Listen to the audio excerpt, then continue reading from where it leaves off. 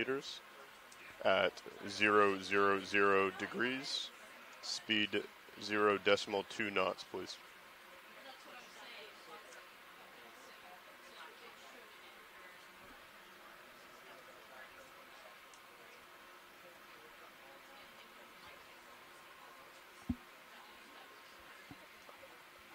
That's fine. Yeah, that should be fine to move it to midships if you'd like to now. Thank you very much. So it's just when we're on the bottom, we don't want it. Yeah, you get why, right? Yeah, well, because when it's midships and it shifts us, and we can get tossed around versus the airflow. But I just didn't realize that would throw us off down here. Midwater doesn't really matter.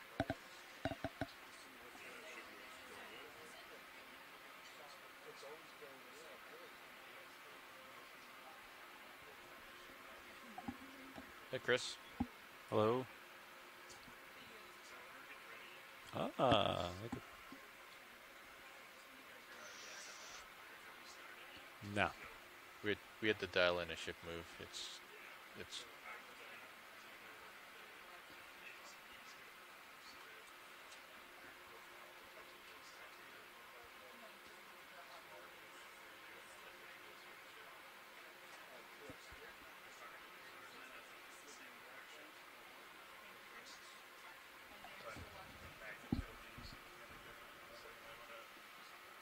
All right. Hello, Midwater team. Yeah.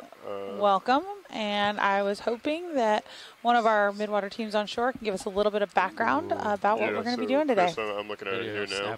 It is northwest. However, we do not have any readings below 600. I'm talking to you from the Silver Spring Exploration Command Center at headquarters. And wow, we're looking at really awesome salmonella. Oh, actually, no, that is not salmonella. That is another narcomedusa. Josh, can you rotate down? Fantastic, but we are about to get started for midwater exploration. We are looking through the cameras of Deep Discoverer now into the midwater, which is essentially an exploration of the water column itself. Copy. We have a plan to do multiple transects. We're going to be driving the ROV horizontally through the water column in search of the midwater animals that live here. So, we explore you guys the feeling midwater comfortable saying this is the beginning of because transect it's one of the most unexplored parts of the really ocean. fast. I mean, And the midwater of the Earth's ocean is one of the largest habitable areas Zoom in on on high the pack and planet. see if Sirius starting to move. You consider the surface area of the Earth's ocean an average we'll depth see if that decimal 2 hit us yet. Meters. I don't believe the volume of the midwater is magnificently huge. If you think of it in a different way, yeah, we should draw out partial, have view of the nozzle, and then hit the go button. On the planet, by far the largest stack of things would be gelatinous animals what's our canister that live in the midwater of the ocean. We're on 6 right now. So we're here today to be connected by telepresence to a number of our colleagues there is around the country and around the world. Sample take a look at these midwater animals in canister 3. An inventory of what's down here. 3 and 4 have the we just went by course mesh. Yes. So 1 and 2 are no mesh. 3 and 4 we'll get a chance to see a whole bunch of wonderful new 5 creatures is fine. Here in the midwater. Probably do 4 next time. Oh, we got a crinoid. So you're on 4. Yeah. Nice. All right. All right. You want to great? Thank you, Mike. Appreciate that. Some great images that we're seeing coming through already, as we're kind of getting stabilized down here around 700 meters water depth. That's the Sirius. So, do we have anybody else on the line that would like to introduce themselves, please? That's partial draw out. I think that's a good position. Do you agree? Video, come full wide on Zeus if you're not already. You're full wide. Hi, this is Adrienne Copeland, and I'm with NOAA's Office of Ocean Exploration and Research, and I'm sitting here with Mike I can Ford bring it in out the pretty Silver quick Spring if we want to fully extend Center. it. So. And my expertise I was thinking leave it like in right here. The fishery sonar, so what you guys see on speed 3, to actually explore and understand some of the behavior of the midwater fauna that we'll be looking at today. All right, thank you, Adrian. Okay, and we still have a couple folks on our chat. We have Ren Salgado, and who is at NOAA Charleston, and we have I think this decimal 2 is Meshkour Malik, who is with the NOAA Office of Ocean Research and Exploration. We have Megan McCullough. I don't have Megan's affiliation right here. I'd say increase it to decimal 3. Easily accessible. And Morgan Will and Nolan Barrett are still with us. So thank you guys for joining. We would like to increase the current ship move to a speed of decimal 3 if that is comfortable with the ship. And we are waiting just for our nav team to, and for you guys who don't know, my name is Amy Wagner. I am the geology science lead on this cruise. And I'm an assistant professor at Cal State University in Sacramento, and I specialize in paleoceanography.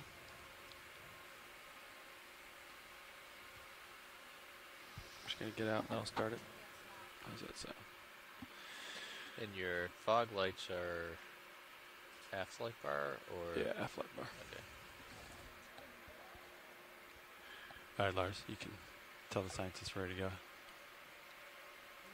Watch leads, this is Navigator.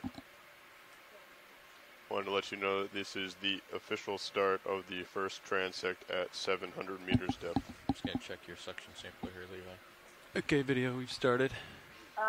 Copy that. I'm going to need you. Just above center? Yeah.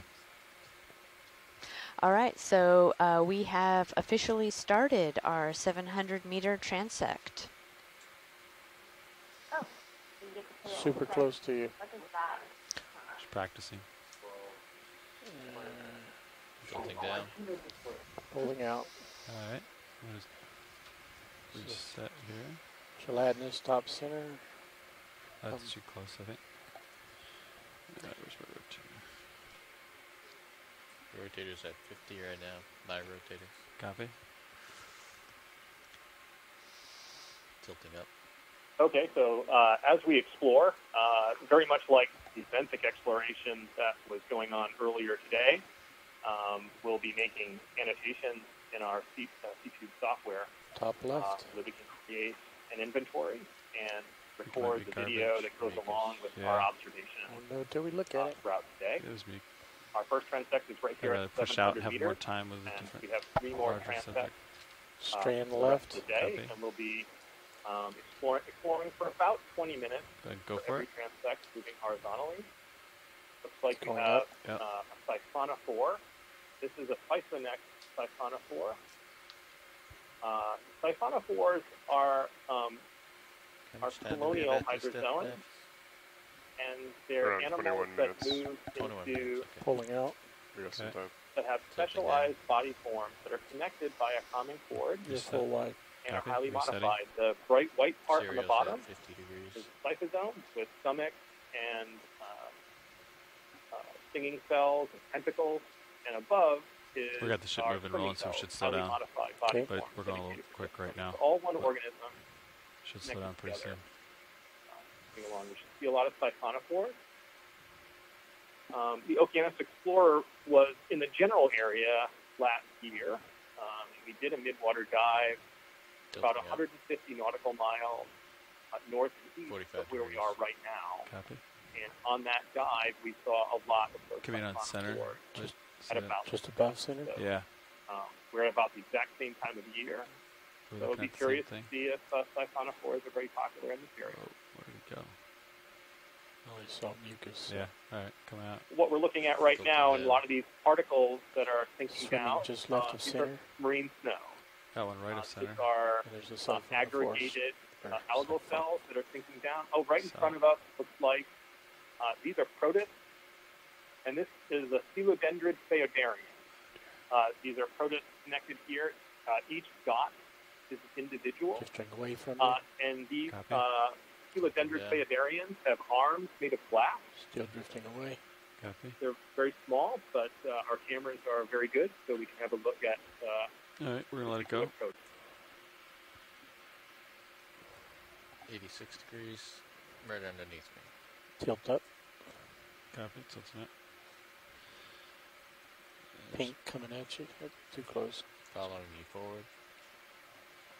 Push ahead. So the marine snow is rather an important part of the midwater. This is Maybe the midwater increase is part that of speed the decimal connection 4. between the Lars. surface ocean Stand and by one the second. benthic communities at the bottom, We'll do like the both. ones we explored. Bridges is earlier RV now. today. And the production of If that algal decimal cells 3 and was surface feeling of the comfortable, ocean, we would like to That's bump fine. it ended up up to a with decimal dead 4, algal please. cells that sink down and clump together to form marine snow that you see falling down Thank you very much. and eventually that's landing you on the underneath me. seafloor, providing carbon. It's like for Survey, this is ecology. now. And here's an animal that depends on marine snow. That's a larvation. Yeah, we They're triple organisms that checked create multiple times a mucus that we should be all set. nest. Yep. And they sit inside Set the an mesh altitude net of 12. and Oh, yeah. pump water So and bottom filter right. out the marine Just an snow offside. that stores Coming energy. center. You're right underneath me. Like here, possibly an eel. I think it's a snipe eel. That could be a Ceravomer eel. Looks like it. Curiously pointing down. Ceravomer, also known as a Wild sawtooth suction eel, sampler. Fish is and a very cereals small this week. eel that we typically see in that position. They're You back up. up and down. They kind of swim vertically Fish in has the got water it. Nice. column. Cereals is Yeah, way too Lots high. of times you see them looking straight up. Yeah. Many organisms in the midwater Upper left. provide It's blown a away. way to avoid I'm gonna predators push out a in little certain bit. ways. Or And by perhaps your- Ceravomer behind is Copy. making sure that the animals below it, it's just a small dot, not very visible to predators. Following you ahead. Yeah. Get that rotator back to 45. Sorry, Roland. I got to reset here. We got caught up.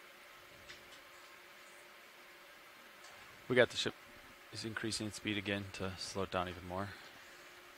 What's this 45 degrees. possible fish? In, if you got it. Boom. Is this the one they said they've seen a lot of? They don't. Another fish here. No, that's got a lure on it. Get a good look at this one. Viper fish. Yeah, Right, that you guy's draw in? Yeah. not going to work for me. For the exact grouping of this particular fish. Retract. Yep. And Great get those measure there. teeth. That's I'll be fantastic. happy. It's far away. He's down below you. You see a lot of fishes Okay, here. we're gonna let it go. This region of the water column is called the mesopelagic. And there's a great number of small mesopelagic fishes that exist in the ocean and support a lot of the marine ecology above in the water column and 60 certainly degrees. below. You want it, Roland? Looks like another siphonophore here. Okay. This could be a different type of siphonophore.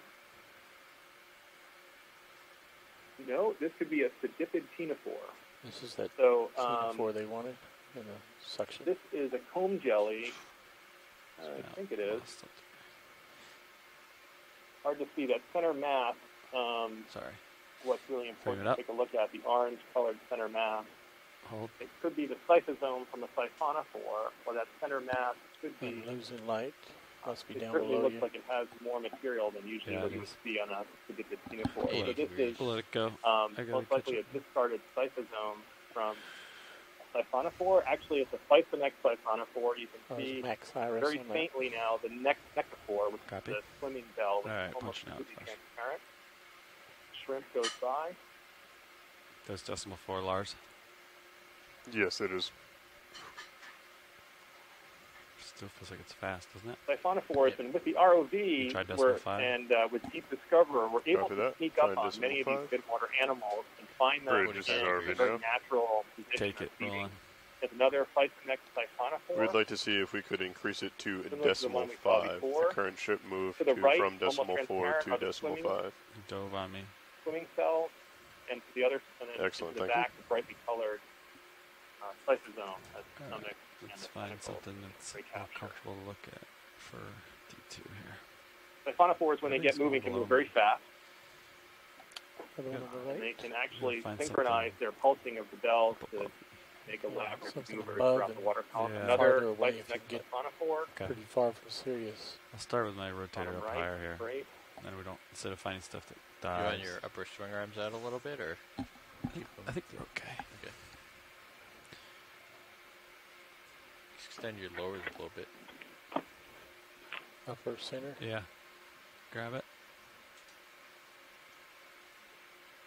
It's an arrow worm.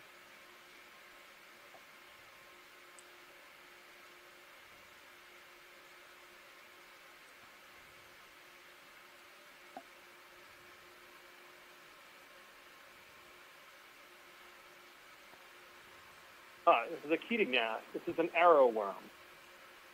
It's a member of the plankton community that we see in the midwater. It moves very fast. Copy. And All although right, pilots, it's really you have small 10 more here, minutes at this step. it's a fairly voracious predator in the midwater. Copy. It preys on other types of plankton. And we typically, when we do our midwater explorations, we'll find a lot of Ketignath in the water column. Bright shiny fish. 2 of them. Come in.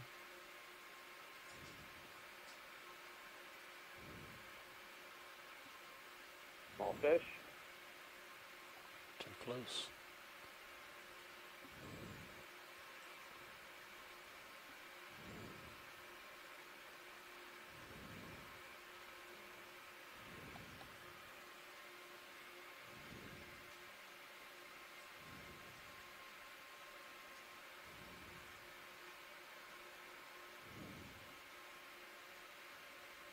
Come in on white spot. Is it just south? Yeah. Yeah. Okay. I like the speed. Feels good, Lars. Copy. Much better. So we're continuing to search at 700 meters in a midwater Straight ahead, exploration. center. Pink on the right. Off the coast of Florida. Something top left, too. Talking about this wrong? Yep. It's really tiny.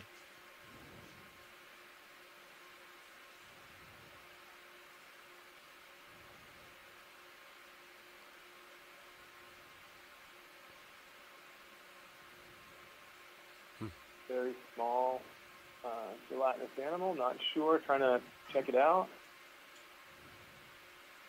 Want to push closer? It's pretty far out. Try. I don't actually know where it is. It's hard to tell. Not sure on that one. Maybe we can find something. You want an easier target? Yeah. Upper left. Just off center. Oh, yeah, go for it. Elevation house. Yeah. Let that one go. Go ahead, watch 2.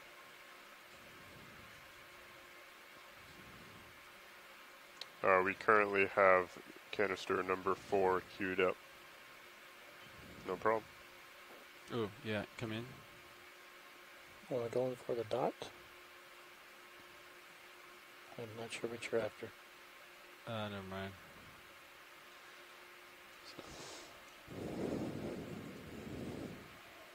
Yeah, if I don't tell you what I'm looking for, you have to focus. Like without focus. So it's looking like the current is more to starboard. It's coming across you. Ooh, What's that? yep. Come in, Roland. Possible Medusa. I don't know. Oh yeah.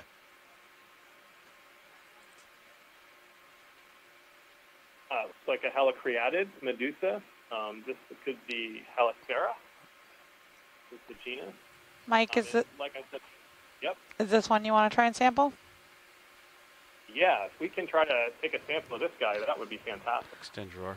Pilot, this is watch 2. Go watch 2. Could you attempt to sample this one? Absolutely. Thank you. Get the drawer extended. Yeah. You want it all the way out? Put the sample quad split on stream 2. Come wide, Roland, please.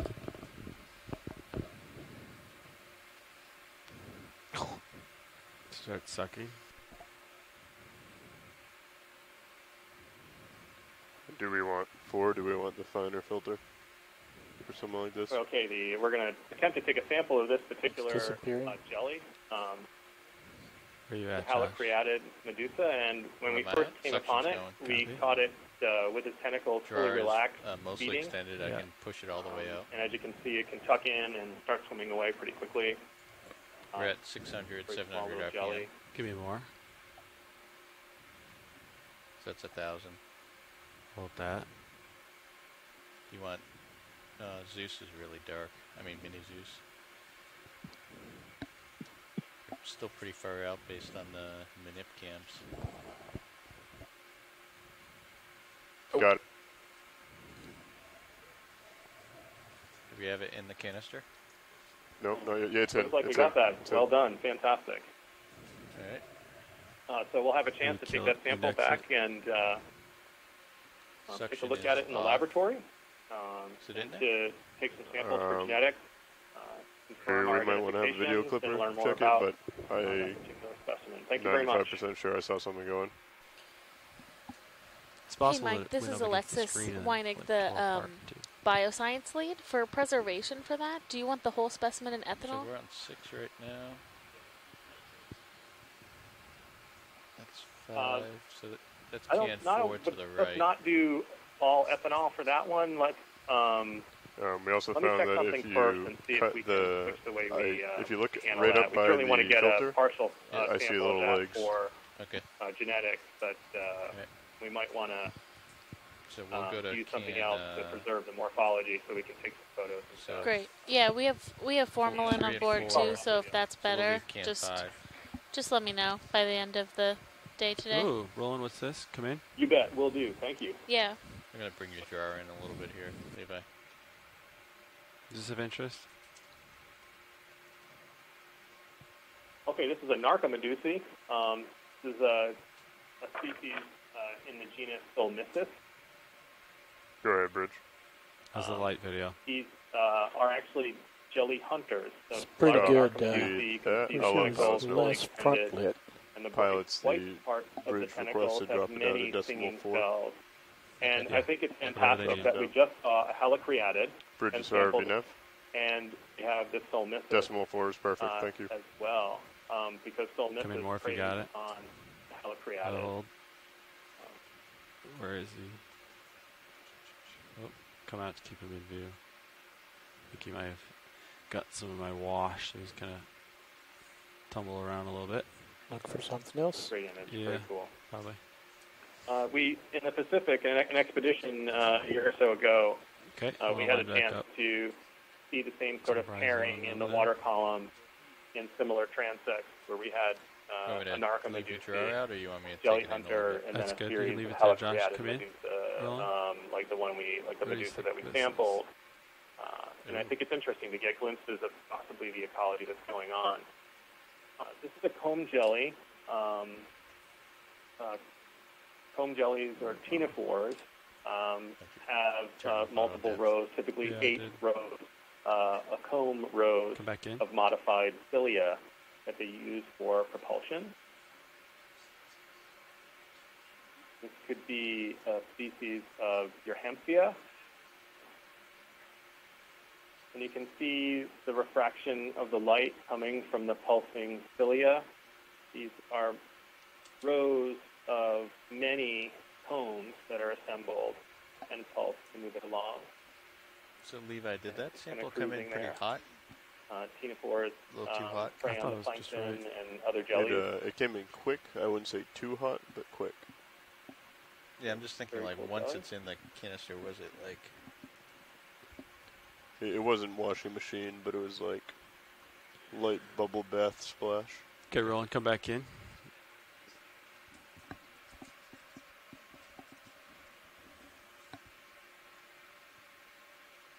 Okay, got this in the light pool. I have visual of it swimming around in canister 4. We definitely have it. We see in the water columns, many of them have highly modified body forms, which is huge. This one very elongate. That's long. You can see it from different angles. Yeah, my rotator maxed out there.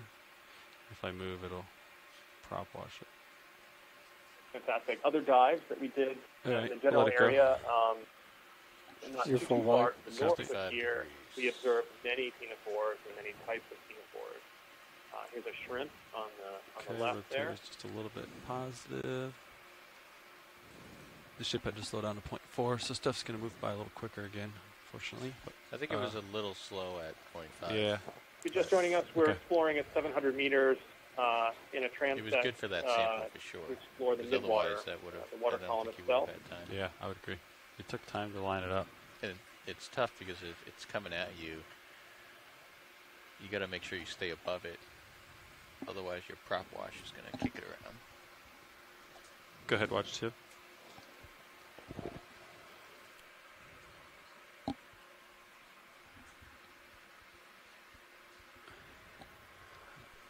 Yeah. How many samples jars do we have left, Lars? So we currently have jar 5, which is empty, that has a filter on it. It's a fine filter. Great news. The other 2 filtered jars do have samples in them currently. In the distance, I can see another protus, the Coelodendron phaidarian. Do not have filters, but are open. So yeah, we have 2 no filters and 1 fine filter left. Watch that. So, for her information, the no filter means that it's a half an Okay, inch Mike, hole. did you catch that? That we have. How much time do I have left, Lars? We need to start coming up now. 2 no filter and 1 fine filter canister. Punching out of depth. Coming up. Watch leads is now. Looks like you got me at 46. Okay, copy that. Thank you. I'm going to bring my rotator up. Okay, I'm going to bring your drawer in. Watch lead, this is now. Copy. Just want to let you know that this is the end of the first transect. We are setting up to rise up to 500 meters to begin our second transect. Video, you can push in past the wire, yep, and then we can kill the mains. Do we want to get into tow? Okay, so we are ending our how fast do you want to go? 700 meter transect, and we are going to rise up to 500 meters. And you're going to 500 meters. Let me dial that. Thank you very much. That was a great transect.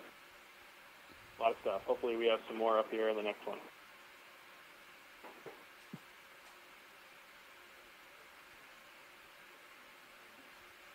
And then you can kill my mains when you get dialed. Yeah,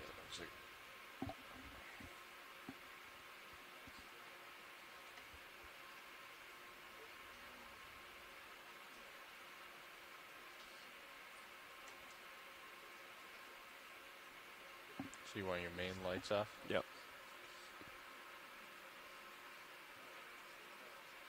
Mains off. Our rotator used to come up higher, huh? Yeah, we're limited.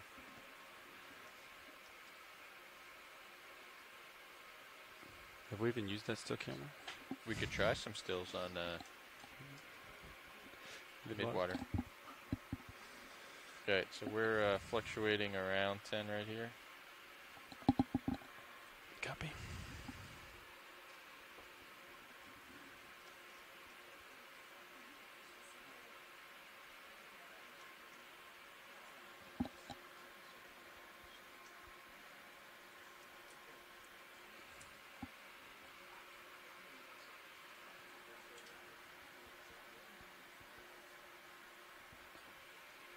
Right, hydraulic secure, valve packs off.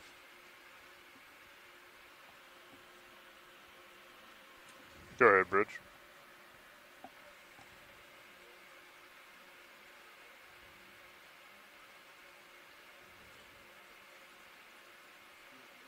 Yes, as of now, what we're trying to do is line up with the current down here, and 000 is the best move to get the current correct.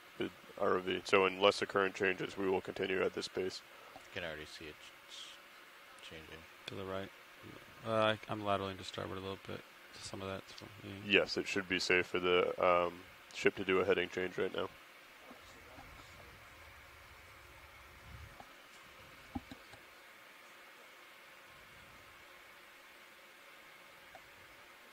Copy that. Changing to 040. Are you continuing the ship move while you're changing head, or are you coming to a stop to do that?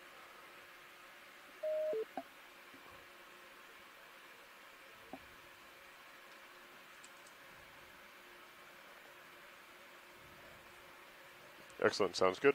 Thank you. pilot to ship's making a slight heading change for a better ride. Copy. We're still going to try to continue the move, though.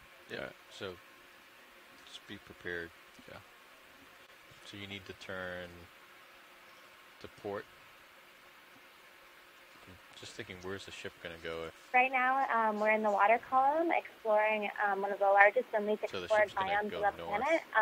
And right now we're transiting from the 700-meter transect that we just did up to about 500 meters.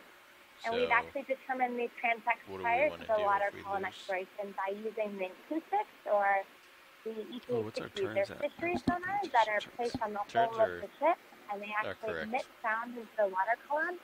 You get information about what's in the water column based on the reflections that come back to the ship. So if you guys look screen 3, you'll be able to see 2 of the different frequencies we have on the left. Copy that. Hold on 1 second, and I can call back up. Pilots, is it alright if they step the speed down of the ship to decimal 2 while they're doing the heading change, and then they can step it back up once they come to their new low frequency can actually get deeper in the water column, and the 70 kilohertz bridges at RV now. That is perfectly fine to drop down to decimal 2. So in looking at that, we actually look at the layer depth of these organisms, and we actually plan the water column transect based on those depths. You'll see from about 400 meters to about 600 meters, there is what's called the deep scattering layer, or the DSL. And that deep scattering layer is comprised of many different organisms, many of which Mike has been talking about as we've done our transect.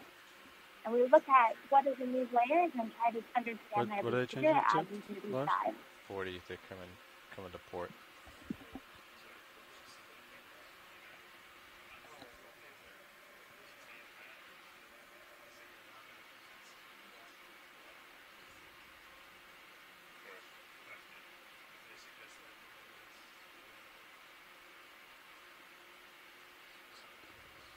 What's the true current look like? Can I see that ADCP plot? So that would help me visualize it. So negative starboard, so they're trying to turn to port right now? Is that what they're trying to do? Let me see the, okay. Yeah, I would go, I'd turn to starboard, right? Maybe I have it backwards. What do you think, Lars?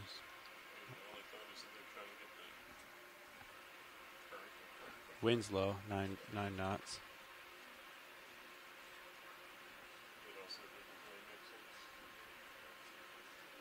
I'd rather keep this heading, personally.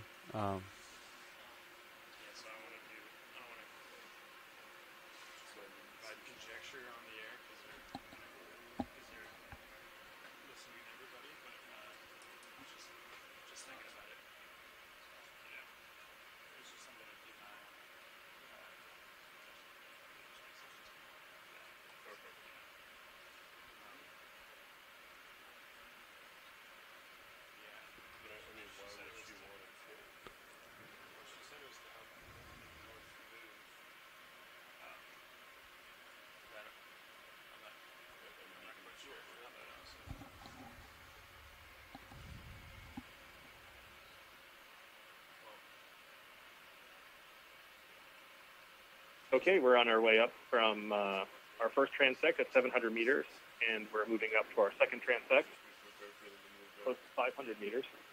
We're currently at about 650 meters deep. My name is Mike Ford. I'm an oceanographer with NOAA's National Marine Fisheries Service, speaking to you from the Exploration Command Center at NOAA headquarters in Silver Spring, Maryland. And we're watching the video feeds of the remotely operated vehicle Deep Discoverer as we're conducting exploration in Midwater. We're about 100 nautical miles off the coast of Florida, creating inventory and examining and sampling the unique organisms that live in the water column.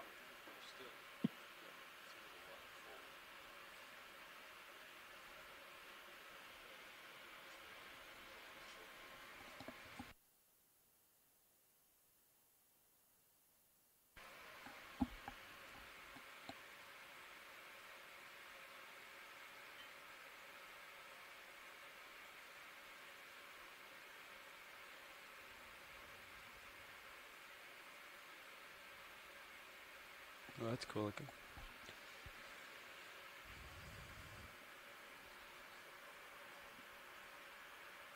We're seeing a few ctenophores as we make our transit and get in position for our next transect. We saw a low base ctenophore, and now we saw another ctenophore as we make our way through. What you're looking at mostly now are lots of marine snow raining down from the ocean surface, on some of it providing plankton prey for the organisms that we're seeing today.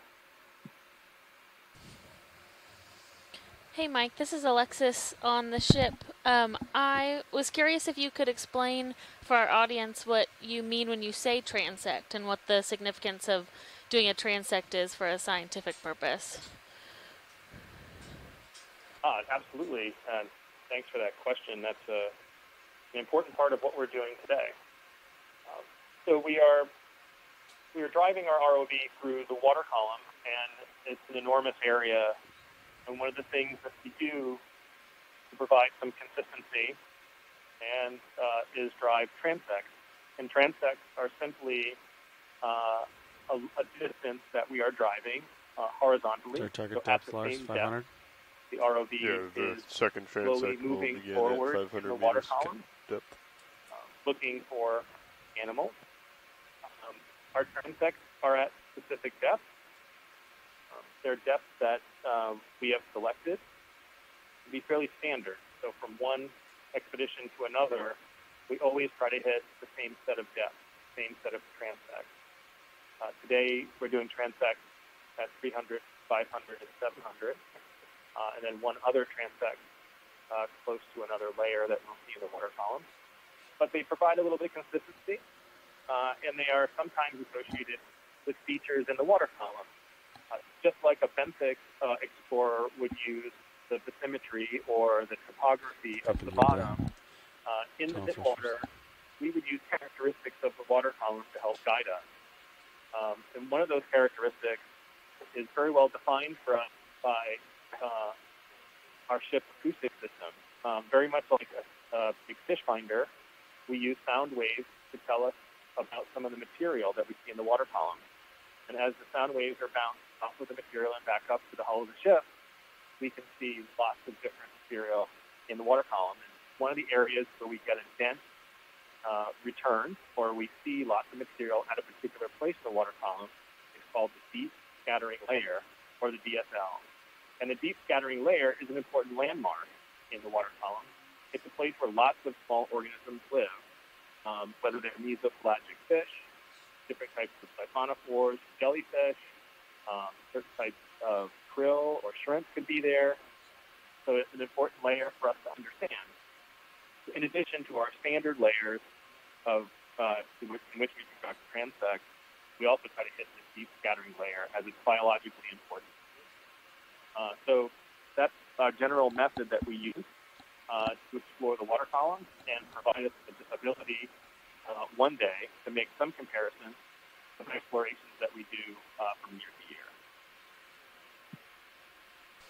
That was an amazing explanation. Thank you so much. Go ahead, Rich.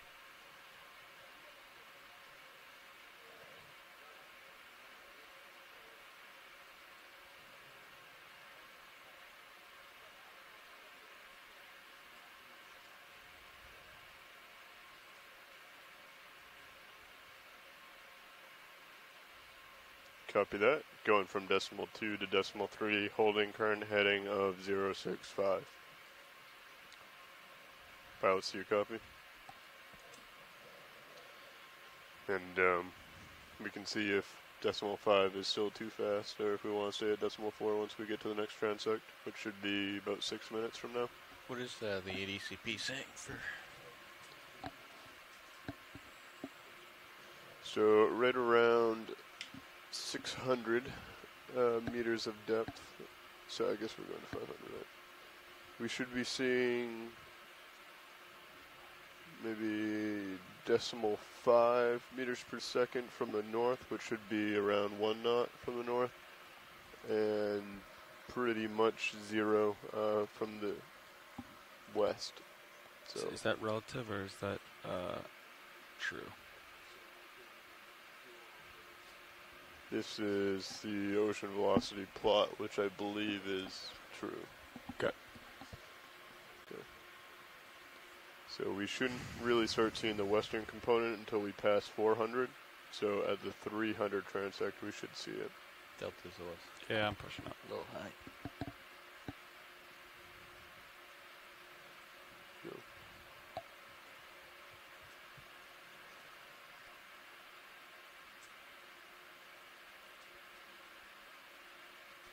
Go ahead, Bridge.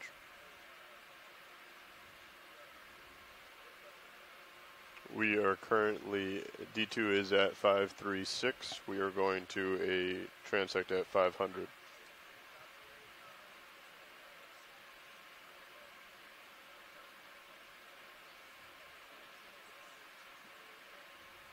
Copy that. I will let pilots know. Pilots, if you could come to a stop. Dive Super asks that we do a transect at 530. Which you're passing now. Yeah, I'm slowing down. You're gonna go to 515. Stay there. Yeah. And then I'm in auto depth at the moment. Tilting up to 45 here. Copy. Pushing forward.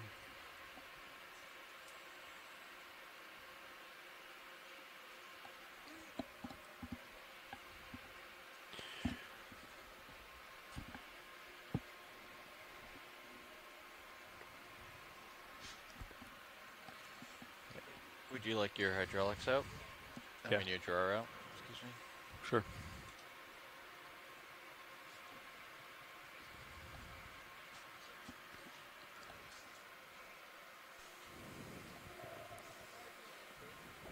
Go ahead, Bridge. Shoreside, this is video. Go ahead, this is Shoreside. So if you take a look at stream 2, I don't know how useful Sirius's view is for you guys back on shore during these.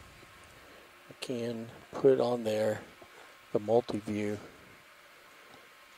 which I change depending on what we got going on during the progress looking for stuff. Upper left you'd see the ROV main camera, upper right you'd see HD2, bottom left is a port manip, starboard is the bottom right is starboard nip, and then when we go into sample mode, then you see the sample jars on the top right. If that's more useful to you guys than the Copy that. We will set up. We are Sirius at depth of full 530. screen. I can do that. Can you unlatch me, Will? Yeah, that's fantastic. We'll definitely take this view and use it. Thank you very much. Hey, Mike. Video, you got me. Yep. So we had something come up here, and we are stopped at 530, 530 instead of 560. Would you like to pursue a transect at 530? We can't go back down, but we could do one here, or we can continue up to 500. Casey, 530 is fantastic. This depth is great. Thank you. Perfect. Thank you very much. Let me talk to Nav. Go ahead. Sounds good. Watch leads. This is Nav. Would like you to know that this is the official start of the 530 meter depth transect. Looks like you got can 5 ready to rock over there. Can 5 is ready to go. Copy. I think we were at what, 1,000 RPM last time? Yep. Okay. 1,000 RPM is queued up.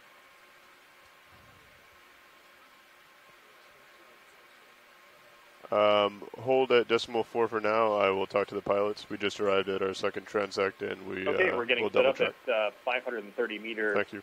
For our next pilots, transect. bridges are comfortable going to 5 if we want. Decimal 5. I'm okay with it. Nearly as much marine snow as we did. Bridge, this is ROV now. 700 meters. If the ship is willing, we would like to bounce up to decimal 5 knots, please. Thank you.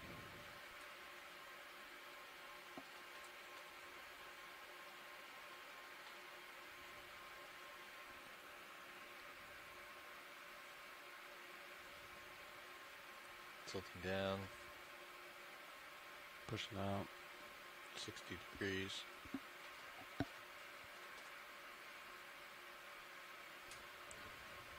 Bottom. I didn't see it. Oh. Come in. So if this is going to be in the 530, would you still want to do it? More debris.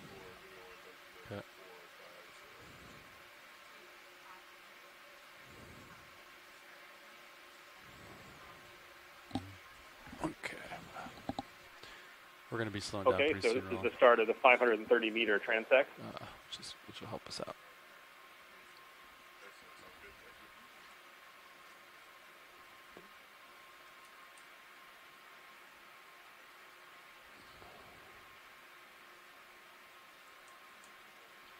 Well, you were queued up when you were talking to shore, so yeah, that's fine. Roland, what do we have here in the background? Never mind. Looks like mucus.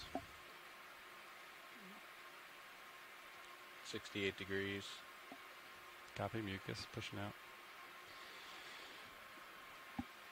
Some of the things that we are seeing in the water column now, these are mucus strands, and some of them are the collapsed mesh nets created by larvation, organisms that create a mesh around their bodies to collect marine snow. These animals sometimes vacate the mesh houses that they make, and then those houses begin to sink in the water column and collapse, kind of stream down. Sometimes we see some of those here in the midwater. Tilting up.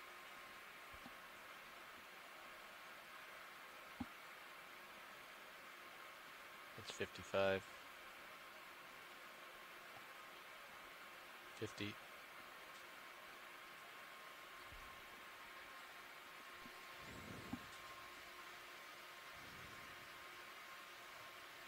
Right of center? Yeah, dot, out of focus. We're good at finding these, huh? The possible larvation house. And right here is an example of one of those larvation houses, appendicularians, they're more formally called. Sometimes inside that bright white mass, you'll see a small animal pulsing its tail, creating a current that it uses to grab the particles in the water. So the mesh net is on the inside and mucus for the outside. We see many of those in the midwater. It's like calling siphonophore.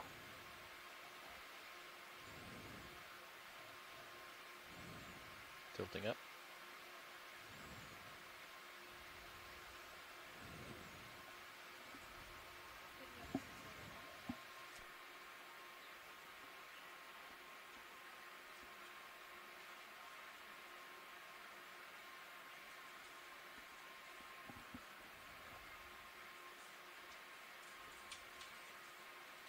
Ooh.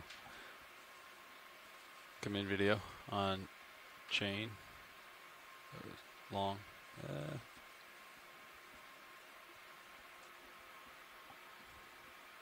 Not sure what that is. We'll let it go. Keep looking. To the unknown. Looking at a strand or possibly a part of a siphonophore, that last target. Alright. It's mucus. Understood.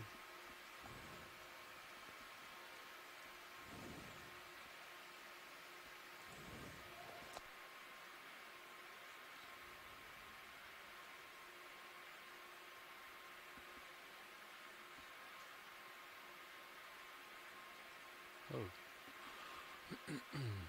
Yeah.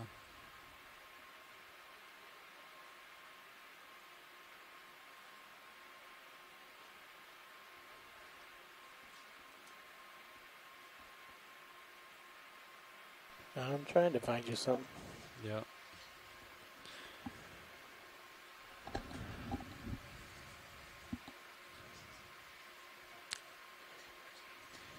It's a good speed. Yeah, this is decimal 5. Okay, for those of you just joining, we are conducting an exploration of the midwater. We are proceeding along a horizontal transect at 530 meters below the surface. we are taking a look at identifying the midwater animals that live here, and when possible, sampling the important specimens to bring back to the laboratory. Which one? I don't know. They're so like small. An arrow worm eating mass. Tilting down. So full white. Looking at lots of marine snow. Copy. 60 degrees.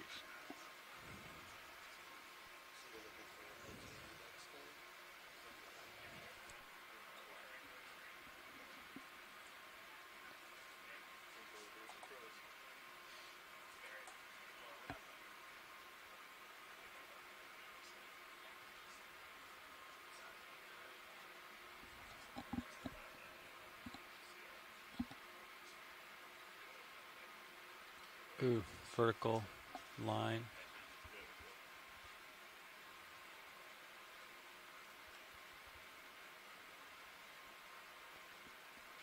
Very small. Okay, this looks like a sawtooth eel, a ceravomer. Small, slender eel. You can see its tail pulsing at the bottom, and it's looking straight up the surface. Very reflective. Curious that almost every time we see ceravomer eel, it's in this position, straight up and down. You can see its tail maintaining its position. Watching for prey 55. Above it, and from below you can barely see the profile of the body. Tail.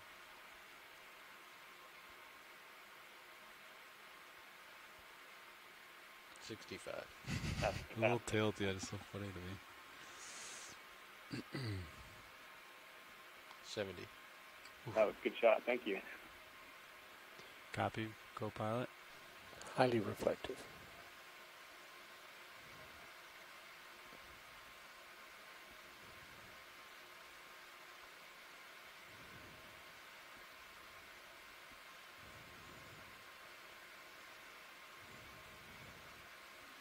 Following up. Little starboard. I can turn my head. Chain roll on this big chain thing. Possible libation house with no one home, maybe. Or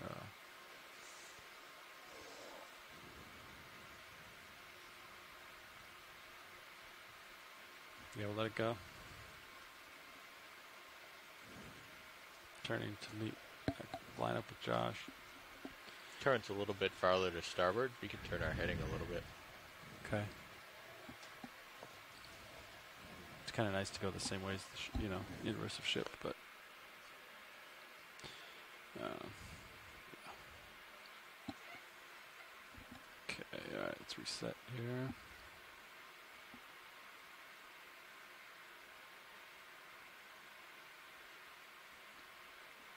Small white dot, maybe possibly moving.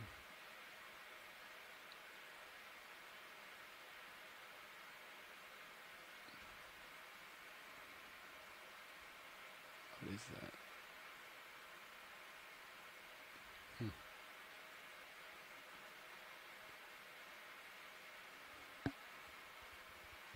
We'll let it go. I didn't see that on the PDF. 58. Copy. Do you want the next transect, Josh? No, you can have it. You're having fun. And you got it. You're tuned in, dialed in. Following you up. It's true. So on a typical midwater exploration, we would do a number of transects to make a good exploration. And based on the number of transects, if we do about 5 or 6 transects in a normal exploration that we conduct, we actually cover about half a cubic kilometer of water moving through.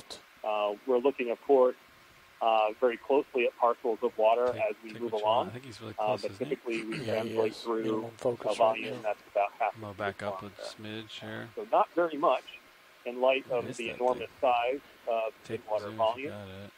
This looks like a radiolarium in front of us. Yep. A marine see its center mass. following you. Mike, why would it be shiny like that? The material that it's made of is very refractive. Radiolarians, it's typically similar to the Sphelodendrid Phaidarians that we saw earlier today, have that sort of material using silica for some of their body parts, and that seems to be highly reflective back and reflect the light of the ROV back to us. They always look very cool. And we see some that sometimes look fairly large, and others are still really, really small. But they're characterized by that one center mass and those highly reflective strands coming away from their body.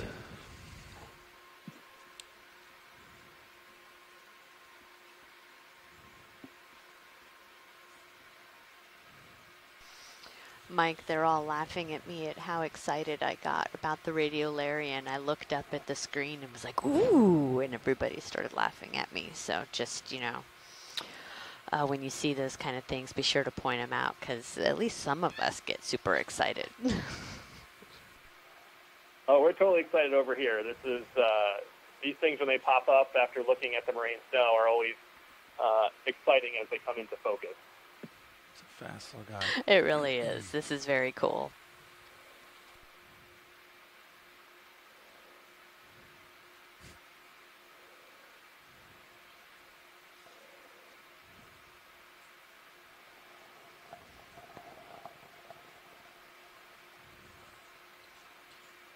.42 degrees.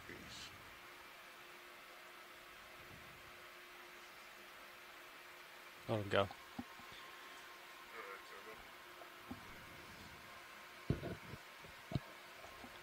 On this transect, we have 8 minutes. We will end it at 2040 UTC.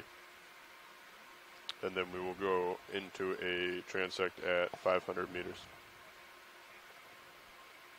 So as a way of providing a landmark to where we are in the water column right now, we're at 530 meters below the surface, but looking at the ship's sonar, which is describing the material that's sitting in the water column, we are just in the bottom of a layer of lots of material. That could be a layer that's visible because of there are many fish, or small jellyfish, or shrimp. Yes, could we extend it another 700 meters, 800 meters? See as many targets. At this time, I think we had more targets in the 700-meter transect than we do on this 530-meter transect. Pilots, we extended the current we'll keep our eyes open ship's track. And see what we find.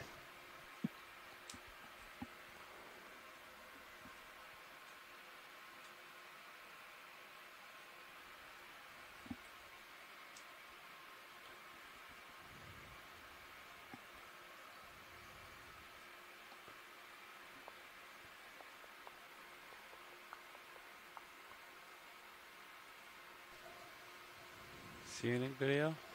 I see it stick on the right, but I believe it's mucus strand. Copy. Center, maybe. Possible fish or something.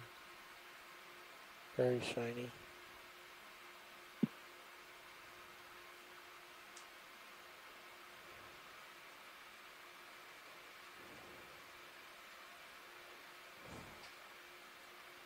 Another mesopelagic fish. There are lots and lots of mesopelagic fish. This could be a group of enough fishes light off called Cyclothone. He's like up in my light bar. I'm looking up at one of the more popular types of mesopelagic fishes that exist in the water column. So we usually bump into a bunch of those. Not sure if they're the object that's responsible for the deep scattering layer that we see on our acoustic instruments. Bottom left. But it could be if we find more of them as we continue to do our transect.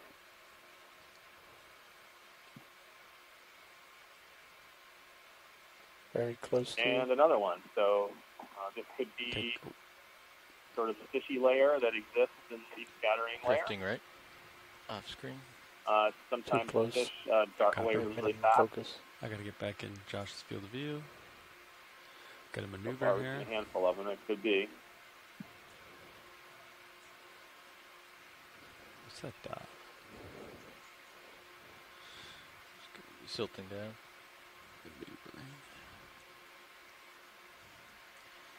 $60 degrees. We'll let this one go. Another cyclotony. Unless you really want it. Pilots, you have 5 more minutes in this transect. He was up in the lights.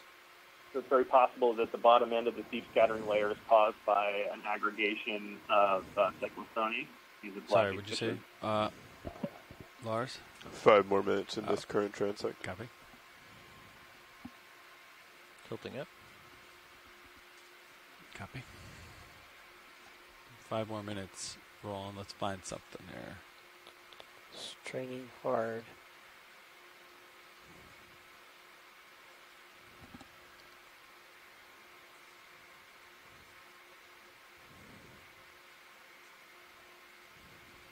Seems like stuff is floating up. Am I pushing?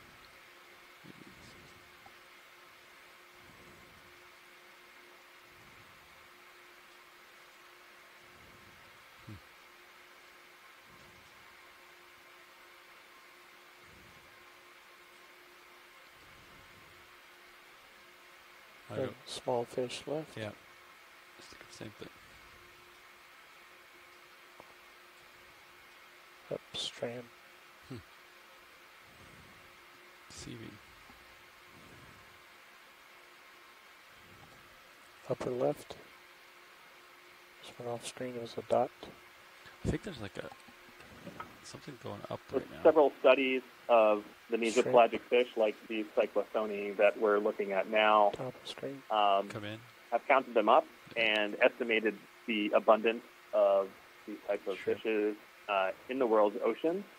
And it turns out that these small mesopelagic fishes are probably the most common form of vertebrates on the planet. Sorry, again, due to their numerous and high abundances here in the water column and the sheer size of this biome, they certainly could take place as the most popular vertebrate on the planet. What's your camera angle right now? It says -6. Okay. But I lose my bearings as well. yeah.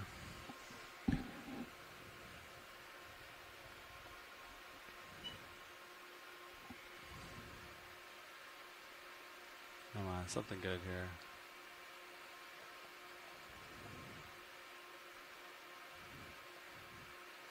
Mucus coming center. Yeah.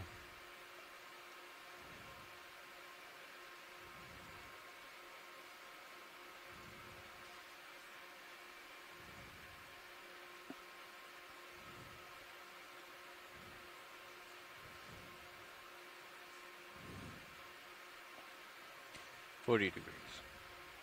Happy. Maybe a little fish down here. Rolling. He's a minute away, huh? Yeah. Another cyclotony.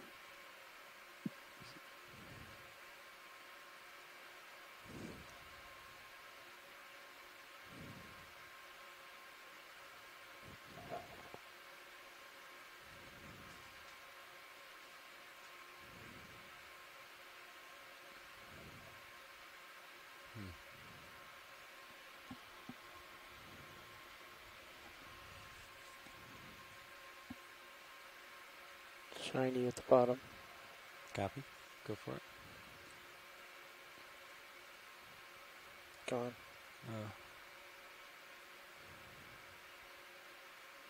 There's one of those little shiny ball things right here.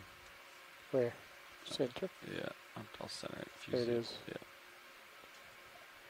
Left. It's really small.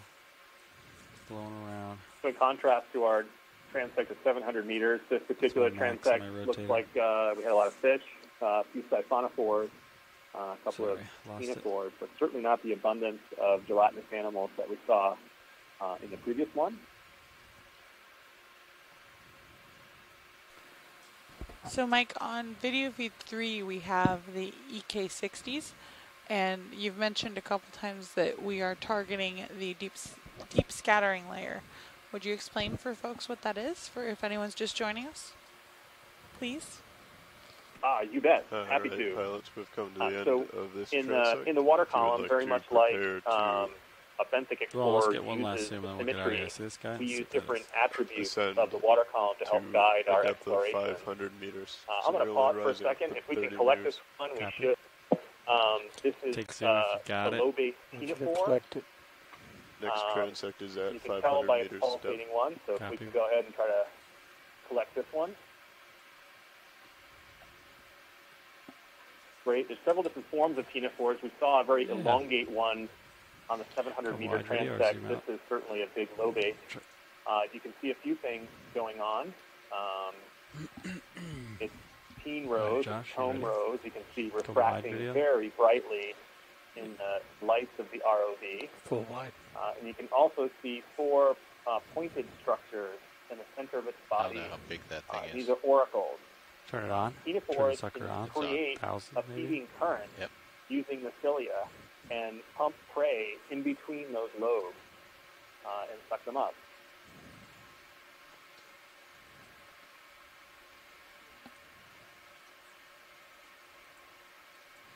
Let's watch as we take a sample. Yep. Go ahead, service.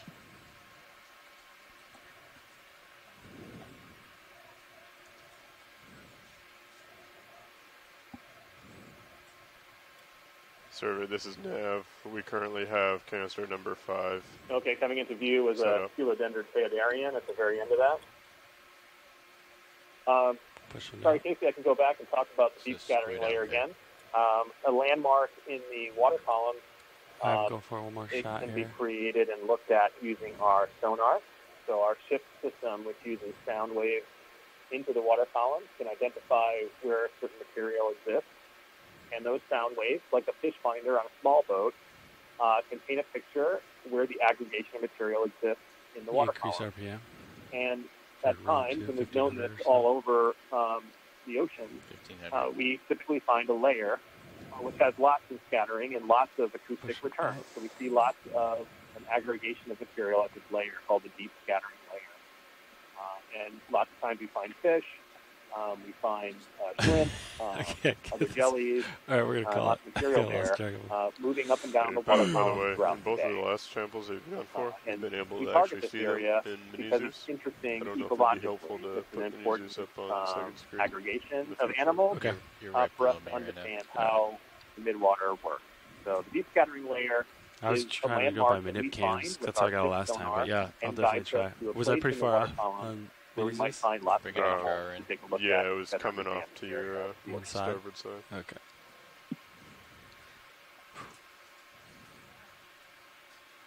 That is correct. I did not snag that one. All right. Josh. Shoreside, we were not able to get that one. He was a little coy for us. Ready? Copy that. Thanks for trying. Survey, this is Nav. Want to let you know that that is the official end of the 530 meter transect. We are making our way up to 500 meters to begin the next one. All right, guys, we have completed that transect. We are headed up to 500 meters.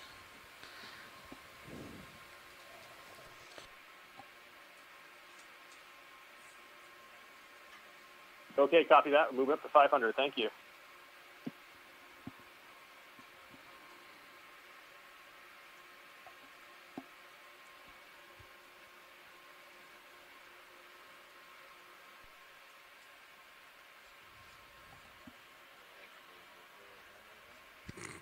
Yes, ice cream sandwich.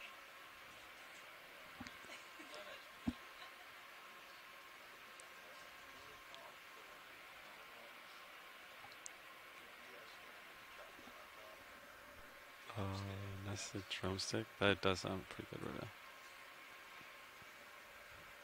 Especially after post dives.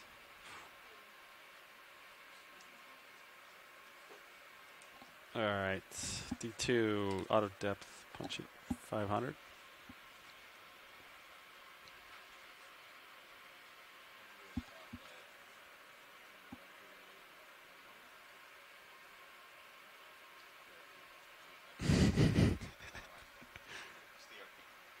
I know. I'm sorry, what?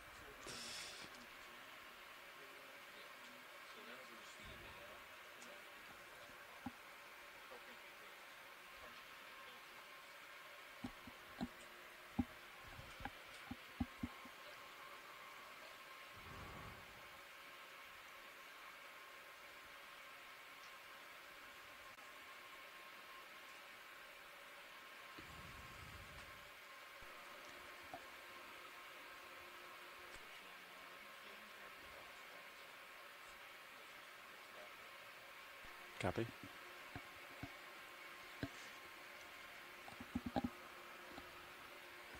I'll talk about ice cream sandwiches. That's all I want. All right, so how do you like the speed, Levi? You good? Yeah. Looks like the current's a little bit more to port. Okay, I'm going to bring up hydraulics here. Extend your jar a little bit. Copy. Alright, if I use minis this next time, I think I'll have a better chance. I'm going to bring the jar out just a little bit more than we had it before. If that'll help. Should you not bring it out unless we're actually going to sample? Because it will reduce what you can see downwards. Yep, and we can move it back if it gets in the way. Strand, top. Lars, you can start this. Copy. Go for strand, over. Survey, or watch leads, this is Neff.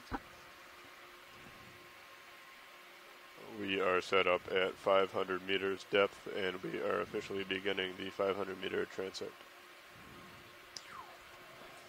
We are clear with strand. Looks like that could have been a discarded siphon zone, which would be a part of the siphonophore. Forward. We are at our 500 meter mark, so we're going to start the 500 meter transect now. I would agree. Tilting down. Ron, do you Fantastic, want this thank you. Dot? Starting 500. Bottom right of that is a jelly. Oh, yeah. Going for jelly, over. Drawer in. Drawer in. Gonna hit that drawer soon. This is an interesting jelly. If we can collect it, that would be great. I want to collect this, Levi. Certainly very small. Give it a go. Come Pretty out. far out. Video. Mike will attempt, but they're assessing it right now. Really far out. It's down. No problem, I understand. I don't know if you can get down there. Yeah, I can. Obama. Okay. I'll keep it at field of view. There. So you are full wide. Yeah. Where is he? Up. There he is. Alright. Bring my heading around. Can you start sucking? That 1500. Bring your jar out a little bit.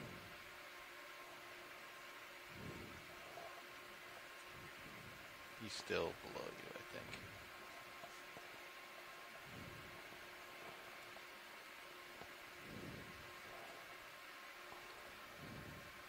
Lars, do you have visual in Mini Zeus? Yes. There's visual amazes. Happy.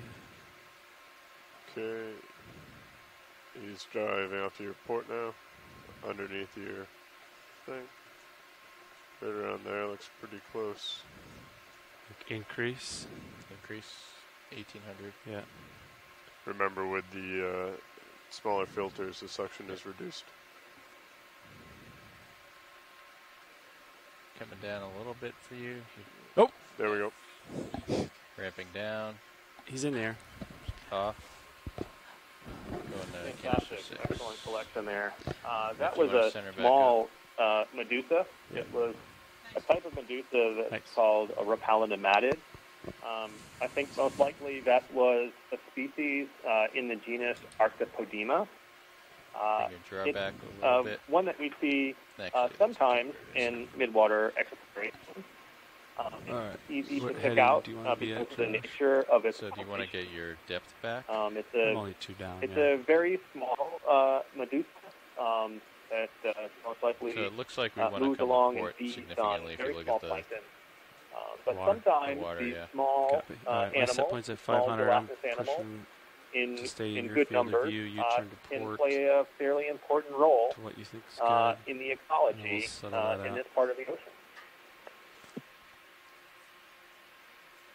1800 RPM for that one? Yep. Copy. And Mike, we have a request from the shipside team that at the conclusion of this dive, if you wouldn't mind emailing us the names and the spellings of these guys, it will greatly help us reduce errors on our end. I probably could have come down even more. Okay, but it seemed like it took a lot just to like track the extremely excited about our collection today, and would be more than happy to do that. The zone. Great. If you also, if you wanted to just add them into the chat, Mike, that would work as well. Whatever's easiest for you. It's very small. Yeah. Once he's in there, he's in. But you only have a little, small little cone. Yeah. If we had like a tractor beam, big opening, you could drive it into the. Okay, I'm lined back up. All right, tilting up the right way now, so we can zoom. Was there anyone other than pilot that saw it enter canister 5? I saw it going. Okay. Oh yeah, it was bouncing around. Yeah. Video saw it. Video saw it. Excellent. Sounds good. Oh, you didn't see I will record it. I did not see it, but is that bottom hole plugged on it or not? On all the ones that I put on, it was. I did not put that one on. Top center. Gappy? I'm just wondering if it went out the bottom of there. Come in. That is a good question. Are those balls?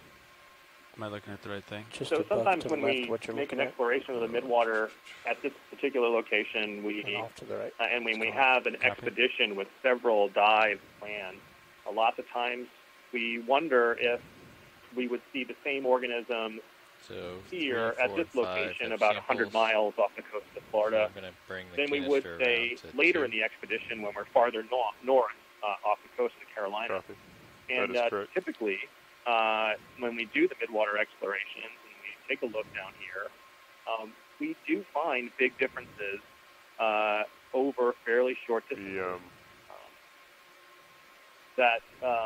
Many parts of the ocean are fairly patchy in some respects, where we see different groupings of different organisms. Talking about this one? And when we look back and study the inventories that we've created on previous dives, we can see the dives that even ones that aren't so far apart, we see different types of organisms. And that's certainly true horizontally in different geographical areas. And it's true on the same dive at different depths. There's a half-inch hole in the bottom. And as well. One of the big advantages of using a remotely operated vehicle as opposed to using a net that's dropped from the ship and essentially scoops up the water, integrating all the depths together. An ROV can be deployed in a transect like we're doing today and can take a look at a specific depth. And it preserves the natural vertical distribution of the animals that we see here. So what we are learning is that the ocean is very heterogeneous in lots of places. White thing? And that makes it all the more interesting to try to figure out what's going on. Sometimes it has to do with physical environment, the proximity to the coast, and other factors. Always learning more every time we conduct an exploration of the Midwater. It's possible siphonophore. Buy low. Where is he? Looks like a ctenophore here, and if we're in an optimal position, we want to take a shot, we can go ahead. Low bait, Mike, to confirm, you'd like to try to sample this one? Yeah, far away. If we could, that'd be great. But I see that we're very, very close to it. I completely understand if we want to try the next one. Copy. Full wide. Where is it going? All right, Mike, they're going to try, and we'll see how it goes. Lower left. Yeah. Let me know if you want more drawer. There it is. You're at 1100 right now. All right. I think it's below me and away from me. So it's pretty far out as well. All right. You have a good view on Mini Zeus. Coming down a little bit. That's pretty big. It's coming in. It's coming past your toes right now. It's right in front of you. Is it above, you think? I cannot tell. It disappears. And it's in. Just went in. And it's in. Went into a jar with no filter. Yeah, that's all we have left. So is it in there fully? So I saw it come in. It got pinned up against the holes, and I think it stayed in. Okay. I saw it come in, but it's so translucent because there's no filter in that. You're off to starboard here if you want to. Yeah, okay. I'll maneuver. All right, that was canister 2. Canister 2, copy. That's definitely going to be another one that we'll want to clip out. Well, I think part of their SOP should be to clip that camera. Yeah, I think because that shows you what bottle it went into. Yeah. If there's any question on which sample it was. I think there's a good chance that it got sucked through the holes too, you know? Like it. No, like, I don't think so. You don't think so? As it like pretty large. As it went in the nozzle, it like was like deflecting, you know, like stretching. It's pretty crazy. So we might have wanted, that was about 1,000, 1,200 RPM. You think we need less RPM and more? Well, we had no filter on there, so yeah, I think we need to calibrate that in our head a little bit more. Yeah, down a little that bit. was jar number 2, correct? Canister 2. Yeah, coming up a little bit. Okay, I'm back to 501. I dropped down a little bit. All right, we're back at 500 depth. Where's your heading? Oh, we got to come to starboard a little bit. Yes, come to starboard. I could say as how much time I got left, Lars? I believe our canister number 1 is open. The thing that we're running into now is the open canisters, and the last one that we just used do not have filters on them. So it's chancy, but we do have the capability to hold one more sample. Looks like you're on canister 1 ready to go. You yes. aim back. All right, guys. So we did see that one go in. And that was our 5th sample of the day for our biosamples. And we do have one more canister of the suction sampler open. However, it does not have a filter on it, which means that some of the smaller animals may not be good candidates for this suction sampler today. But we can try. But maybe a bigger organism would be a better fit. It's a good candidate for the no filter, really. That sounds good, Casey. I understand that. It all Thanks. depends on how. It looks like that sample that we just took, that ctenophore, looked very much like a Bacillus ceroe, which is another type of ctenophore that has lobes that it flexes. Pilots, this is survey 2. We did clip out that, and it is in canister 2. And it did end up in the canister, though they get a little broken up in pairs. Interesting ctenophores. Thank you very much. And important members of the Midwater here. So we're happy to have that collected. All right, so next time maybe like less RPM. Maybe? Great, thanks, Mike. That looked like so much bigger than some of the other ones we've seen. It almost barely fit into the tube. I think anything that can claw or swim out, you got to keep it high. Oh, that's great. That's really great. That makes for a very useful sample for taking pictures and analyzing back in the lab. That's good. Snap it. Yeah. 80 degrees. One more shot rolling, then we're gonna boogie. Okay. Looks like another Lathoni fish. Thinking it's a jellyfish. See a few of them. Oh, yeah. Here, still in this layer. Yeah, it's got to be disorienting for you because you don't know what I'm doing with my rotator. You know? The animals that are responsible for the deep scattering layer that we get to see on our sonar. Overlay of my rotator angle on the screen. They do make that like a HUD. Yeah. Put the heading on there. So heading, depth, yeah, all that stuff. But you want this bottom right? Yeah. Snag it. There's a chain and there's a jelly. We'll go for gel. I'll center it up for you here.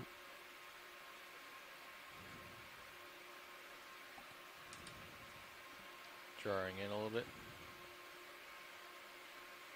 Snap it. Looks like that was just a small medusa. Not sure I got a quick glimpse of it. Yeah, hard to tell, but it looks like it was a small medusa. 70 degrees. We'll let it go rolling. reset. If that's something else. Okay. How much more time do we have at this step? Just curious. We have 12 more minutes at this step, so we got some time. Tilting up. And when I give you folks on shore for awareness, you have 12 more minutes at this depth. Active transect. Thank you very much. I've built in time to set up and get up. Copy. Bring in your jar out. Understood.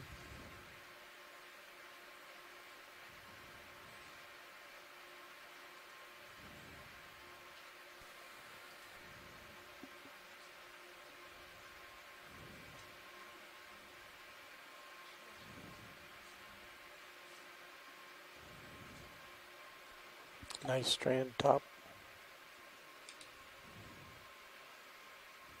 Gets a such strand at the top. Yeah. Looks like we're looking at the bottom of a siphonophore. This looks like to be I'm going to come up with possibly a calicophorine siphonophore. It's not going fast. But tough to see. What do you want? Bales. On the very top. Oh, this is definitely a Physonex siphonophore. You can see on the top the thicker, clear nectophores are the pulsing swimming bells. This could be Bergmania, based on the angle of the nectophores. And you can see at the very tip, there's a white spot. That's the gnatophore. That's a gas-filled part of its body, which helps it in orientation. Pretty far away below the bright white are tentacles that extend from the central core and help it with prey capture. You hear it swimming along. Some siphonophores can get very long, and siphonophores are very delicate. It's very rare to collect an entire siphonophore animal using a plankton net from a ship. But here with the ROV, we're able to take an image of the entire organism as it swims along. Mike, do you want us to try and collect this one? Yeah, this would be a cool one to collect if it's possible. Absolutely. Way behind me. Pilot, do you think you could do this one? Right now. I don't think we can. Nope. We can give it like a 10-second try. Josh, give it a go here. No. You're way behind me. Going out of view. All right, fantastic. You see the really long cyphosome here? All right.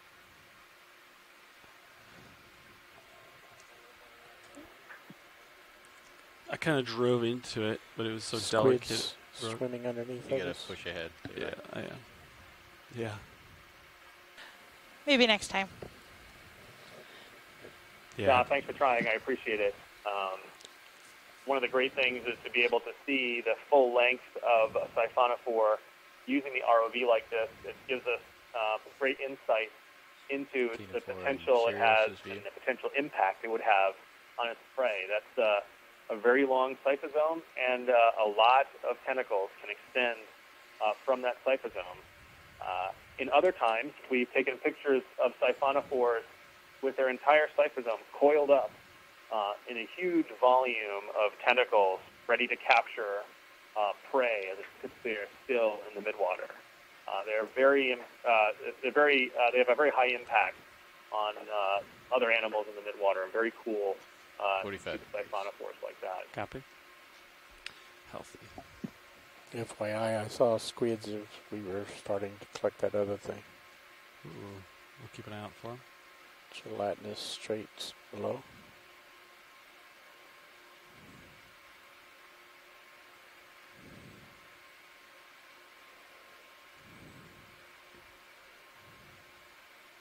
Looks like a collapsed larvation house.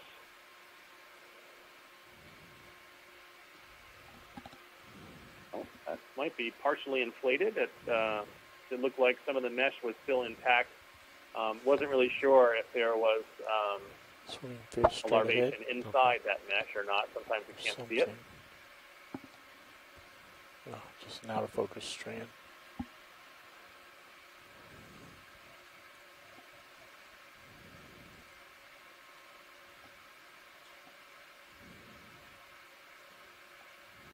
Oh, possible Medusa, maybe, right? Nope. Just a larvation house that resembled one. 60 degrees.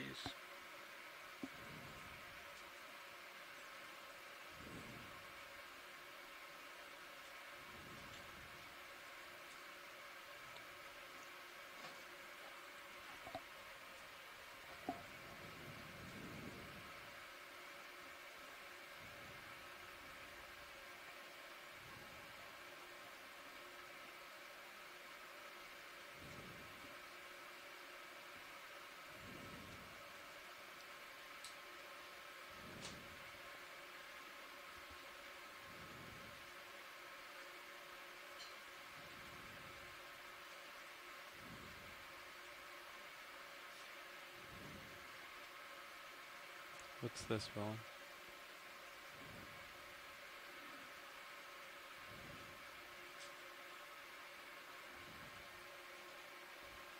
We'll let it go.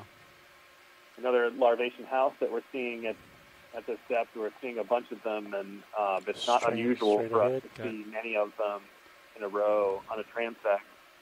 They are, here's another siphonophore, it looks like. Yep. It's not unusual to see lots of larvations. Really interesting larvations kind of aggregate together lots of material as they filter it. And when they evacuate, leave their house, this is looks like a Solmissus.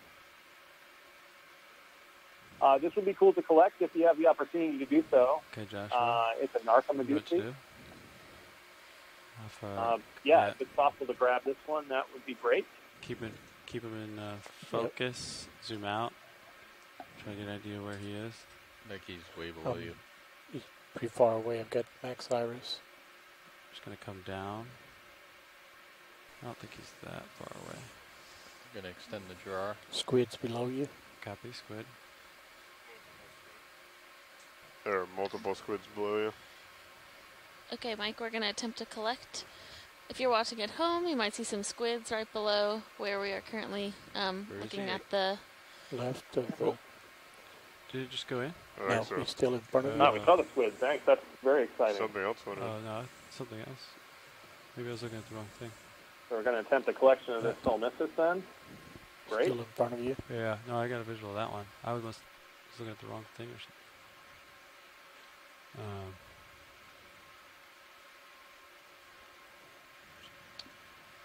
Come out a little bit. Zoom out if you got You're full wide. Just copy. There we go. Pretty far back. You don't have much time. Copy. I think this is something else. That's a larvation house. Yeah, I think it was so small we didn't see it go in. Ooh, look at all these squid though, hey? Lots of squids. All right. You gotta turn to your port and push ahead, please. Alright. Copy. Co-pilot. You can kill the suction. Got a lot of squid below us. Okay.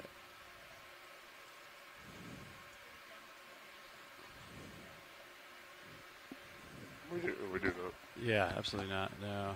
It was just so... Yeah, I don't think we got it. Okay, no worries, thanks.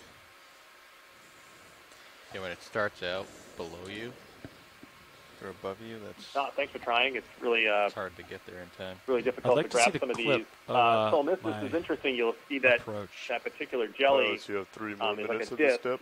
And its tentacles stick straight out. And it tends to swim slowly throughout the water column with the stiff tentacles fully extended as a way in which to capture gelatinous animals as it kind of moves along. So each of the animals that we see in the midwater has a slightly different strategy for capturing prey. And Solmissus, like the Narcomedusa jellies similar to it, use this strategy of foraging with their tentacles sticking straight out to make the biggest area. And then once a prey item is captured in the tentacles, it slowly moves it towards the stomach. That's really interesting. Thanks, Mike. What's this, Roland? Garbage. Good eye. Copy, garbage. Just a couple more minutes here. Maybe we can find one more thing.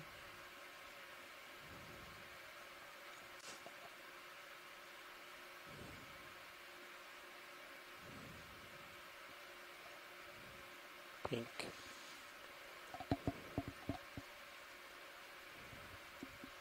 It's real close to you. Copy. Backing off. Minimum zoom or minimum focus.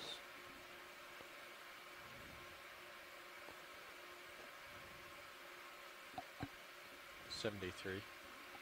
Copy, Josh. Oh, it's a squid. That's a really... Oh, it's a shrimp.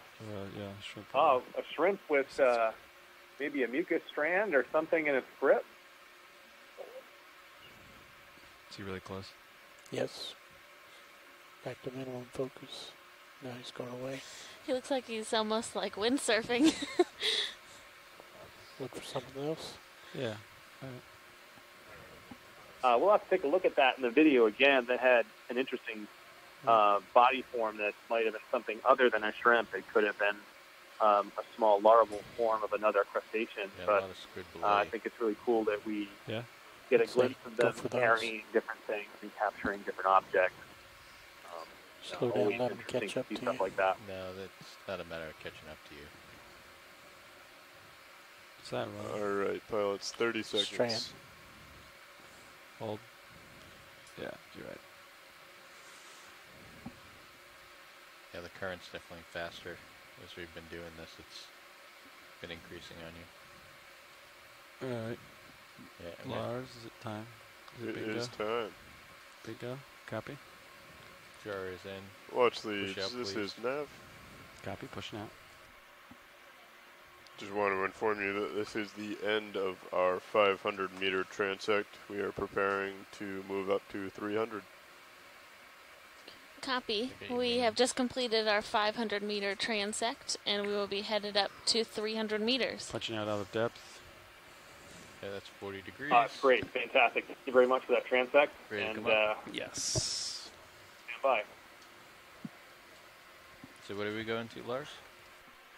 The next transect will be a depth of 300. That's 300.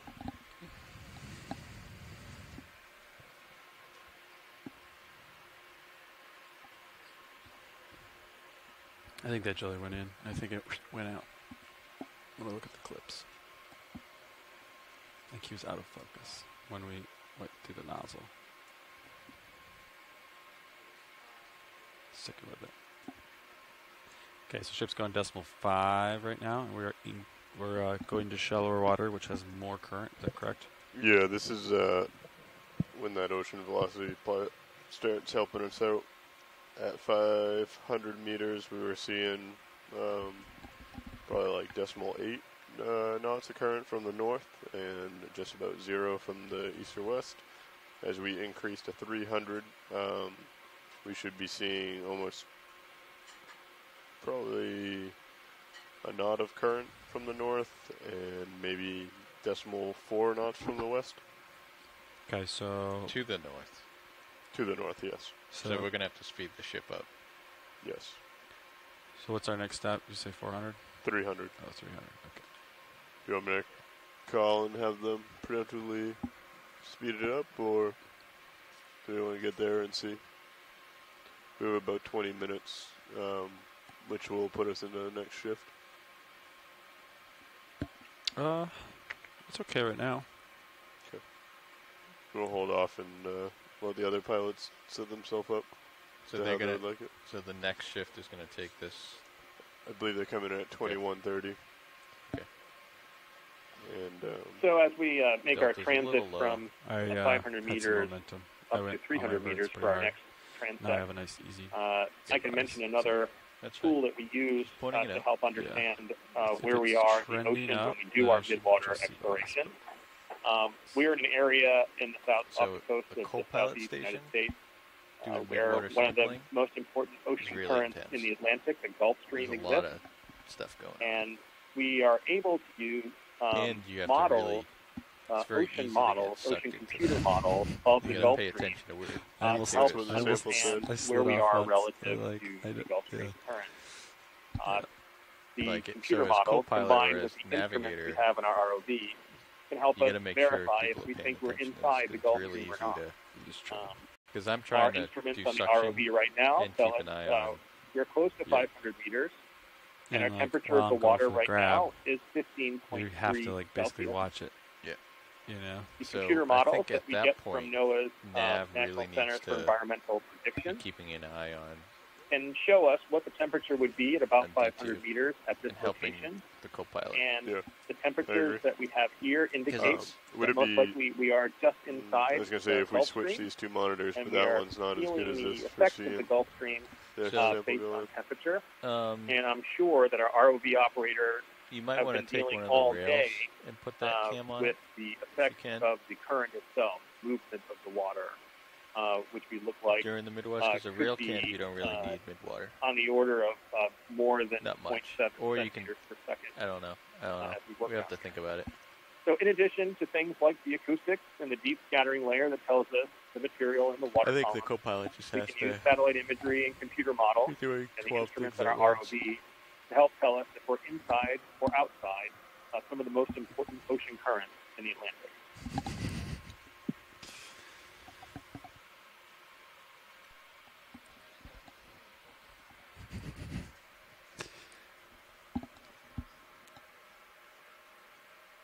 I don't know if islands work well midwater.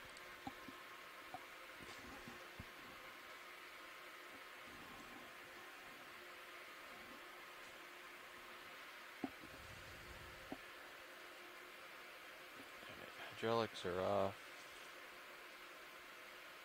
Sections off.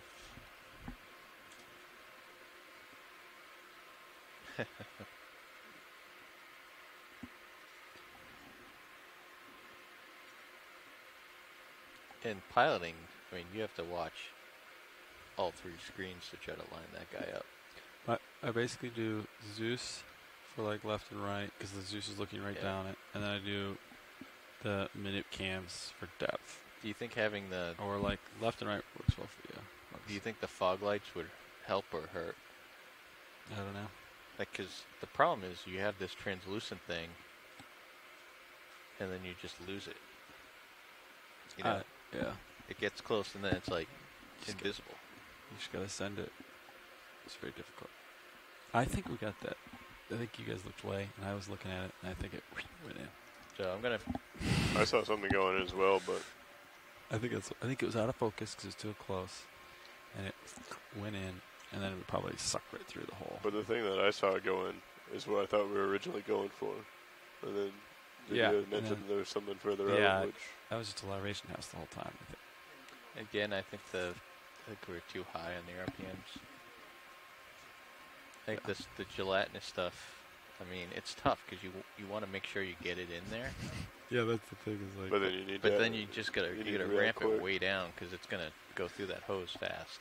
So what about turning it off? It's gonna have good aim. Well, what if you get it in, turn off the suction, and then come then up ramp slowly? down? That's an interesting idea. And then continue. Because it's not like it's gonna swim out. The only thing is if it's like a mucus generating I think thing. while we're doing our transit from one transect to another, we'll take a second to introduce ourselves. My name is Mike Ford. I'm an oceanographer with NOAA's National Marine Fisheries Service. If you like too slow, and we're here speaking to you from the Exploration Command Center at NOAA headquarters in Silver Spring, Maryland. Ramp way down real fast.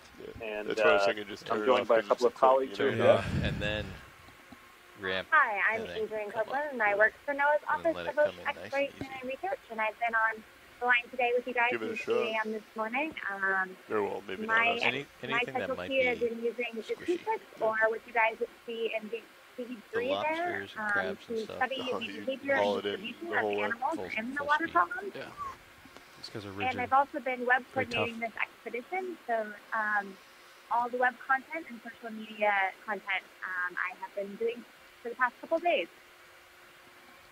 Hi, I'm Herbert Levitt. I'm an intern from Eckerd College here at the Office of Ocean Exploration and Research, Silver Spring. What if you sucked it in, and I'm doing a stop the project pump, this summer looking at comparing the acoustic data on the push forward to what we're seeing on the RV footage. I mean, if it's like right at the end of the nozzle, maybe, but... Thanks, guys. If anybody else is on the line and wishes to chime in, I wonder what the please do so. The deceleration rate if you're just joining our broadcast, it's like half a second. We are looking through the cameras of the remotely operated vehicle, Deep Discover, moving from 500 meters up to 300 meters. To continue our exploration of Midwater, our we can look at the animals that live in the water column itself. Earlier today, another team of scientists explored the benthic feedback doesn't update fast in and around the Stetson Mesa. Like Jeff was commenting on that. This area of water is just above. Gets pulled like it helps us understand a very important part of a very large part of the Earth. The exact number, it might be just an estimated number from the controller. Yeah.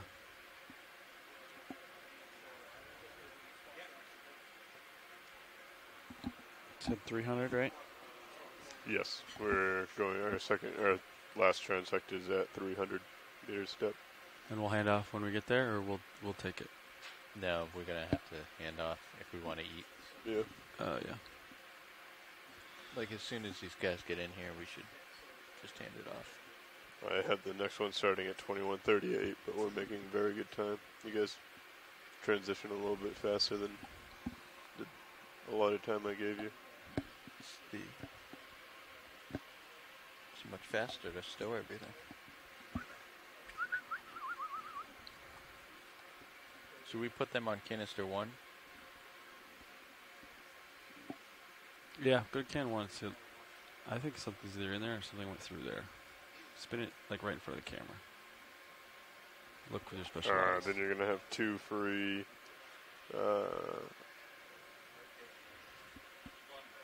So we thought that we got it in canister. Oh yeah, canister 1. Yeah. I don't know what canister 2 was though. Yeah, sample in there. Yeah, that was the big. Oh yeah, yeah. Yeah, I don't really see anything in there. So another thing that we noticed is if you turn off the suction LED, sometimes you can see it better. It becomes more black and white, and you can see the translucent things a little bit smoother.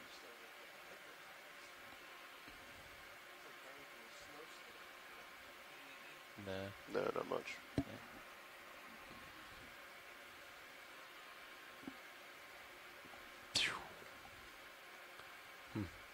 That jar too, does that have anything? Did we lose the color from that? Seems different. It'll sort itself. Okay. But yeah. So the next one's 300. Yes. So we got a little ways to go. 300 for around 25 minutes. Depending on how fast we get there, we might get a few extra minutes out of her. So can 1 is the only one open. 2 is filled, 3, 4, and 5. Yep. Okay.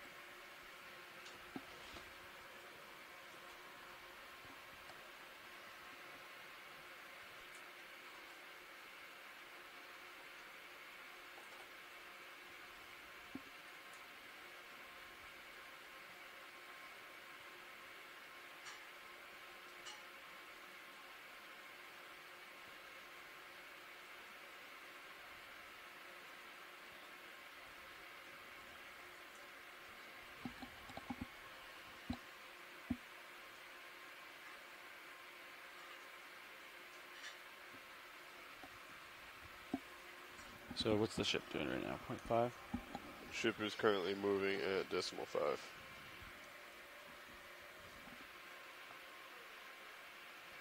Go ahead, Bridge.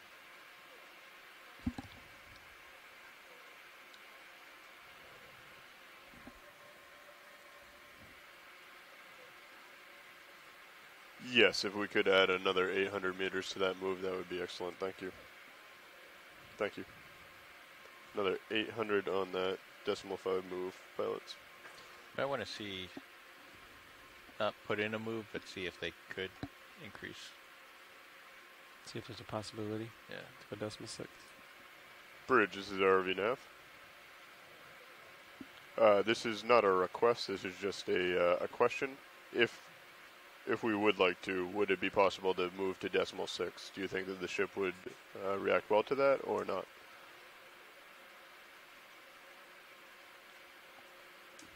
Okay, as we come up further in the water column, we're noticing a little bit stronger currents at our depth, so we may want to bump up in the future. However, that's a discussion I'll have with the next nav coming in. Will do. Thank you very much, Bridge.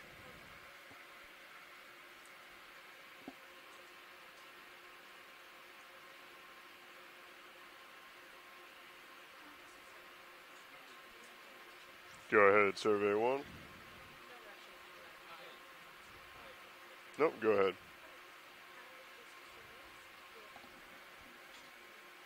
As we're making our way to the 300-meter transect, we're seeing a number of siphonophores of a different type that's seen. These are much more transparent, have a much finer yes, strand, so we are currently coming to 300 meters. They're we're known as passing siphonophores. 335. And typically we believe that we see should start the last transect at 21:38. Shallower depth. And we will have they're about more 25 and minutes. they seem to do well. And then we will end that transect around 22:03. So we have maybe another half an hour, it's kind of exciting 40 to see minutes, a few of give or them take. as we get into position for our next transect. Yes, at the end of that time, we have time set aside to prepare ourselves and then to ascend to 50 meters. Trying to find the... No problem. We have one more 25-minute transect. Tilt down a little bit. Yeah, I think it's based on what little bit I can see, it's somewhere around maybe a little bit more to port.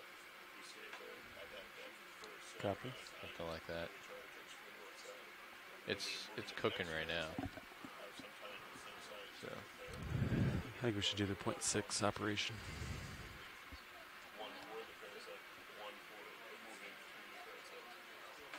We're almost there.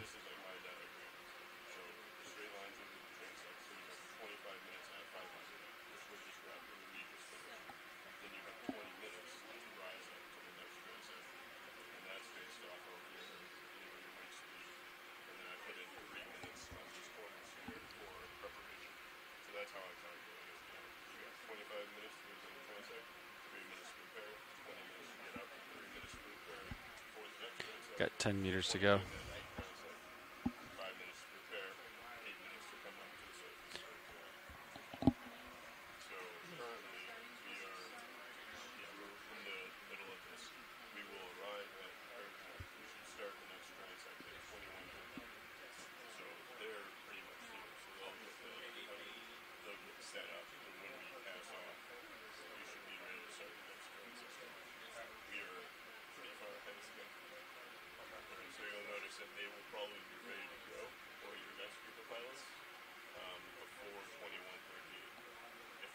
Alright, I'm approaching 300. I'm punching it out of depth. coming up to 285.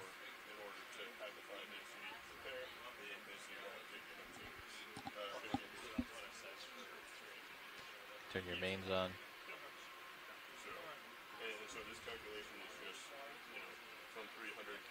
Bringing hydraulics up. Bring the jar out. Lars, I think we should go to decimal 6.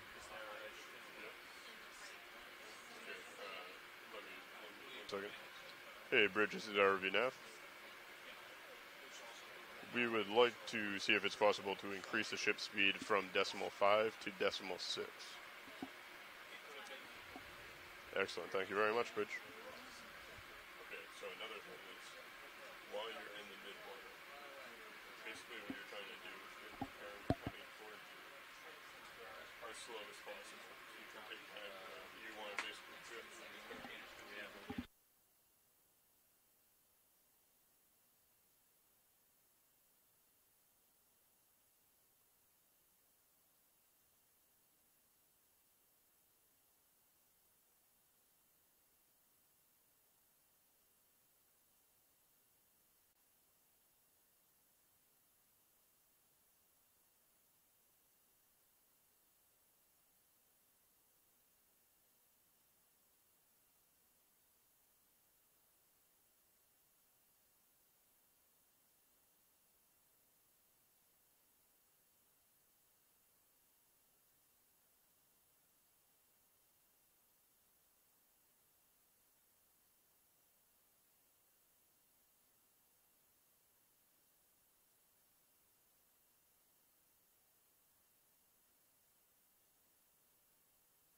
the radiolarian and a few siphonophores as we get into position here.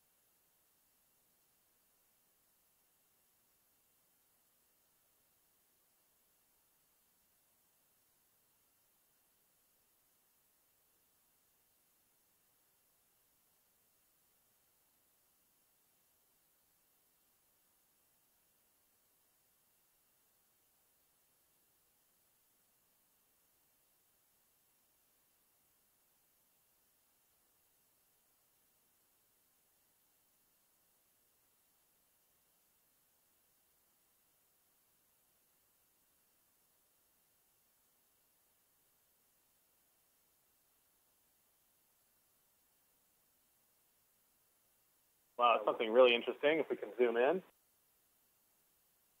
Video, can we have a little zoom? Hold there. Not sure if that's a fish. What am I looking at? Yeah, what? Start it up, just in case. What am I? Is that a dead squid? Copy.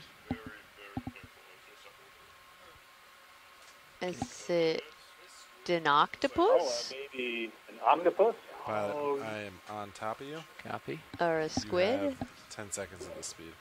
I don't think it's alive. It's missing part of its head. I think somebody had a meal and left. Fortunately, I can't stay much longer. Yeah, that's really interesting. Pilot, that's me looking back. I'm going to lose you in 5 seconds. Okay. I got to get running. Sorry, guys. Time to go. Copy. Very interesting. Looks like a squid or an octopus of some sort. Around. And we'll have to pass that along pushing to Mike Vecchione to see if we can get an ID on that. Certainly a great way to pull into the 300-meter transect. Pushing, pushing, pushing. There you are. Keep going. Copy.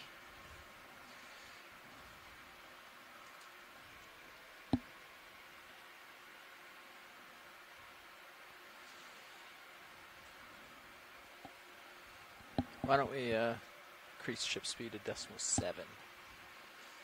Give us another minute or a couple seconds. You get a second nav. Copy that. .7? Yeah. Bridge, this is ROV nav. I'd like to request increase in speed to .7 knots.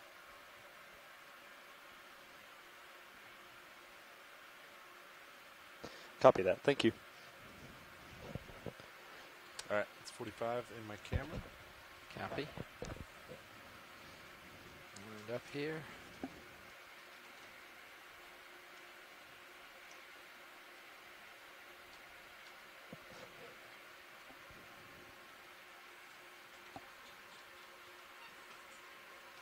Okay.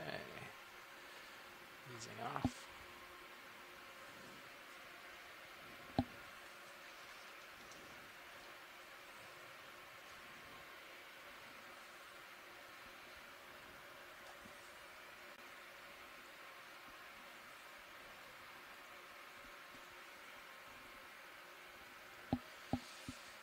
Tilting to horizontal.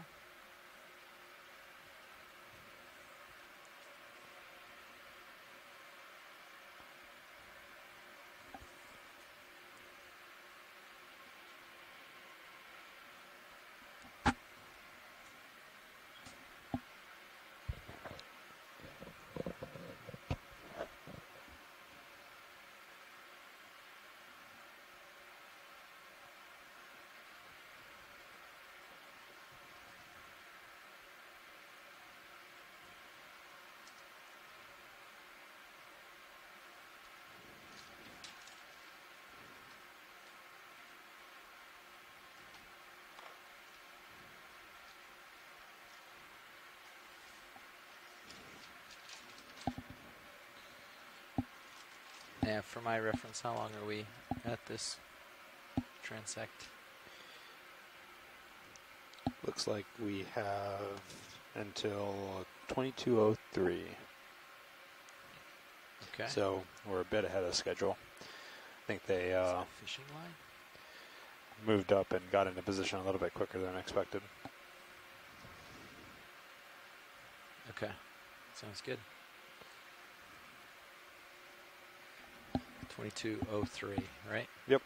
And that gives you about 5 minutes or so to get into position and then start heading up. Nice. Sounds good.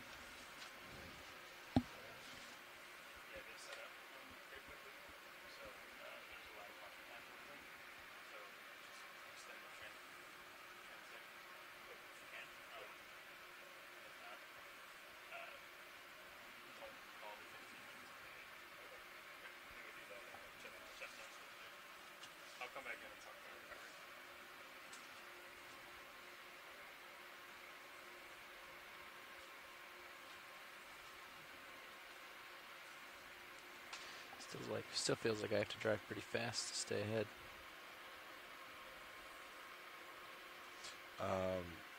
Yeah, before when you turned, you flew back pretty quick. I had him speed up the ship. He was just after that.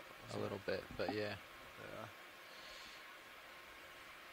What was it moving before? Decimal 6 or? Decimal 6, yeah. Now it's doing 7. I think the ship said they were concerned about going that quickly, so we'll see how it settles out. But might ask for a little more even.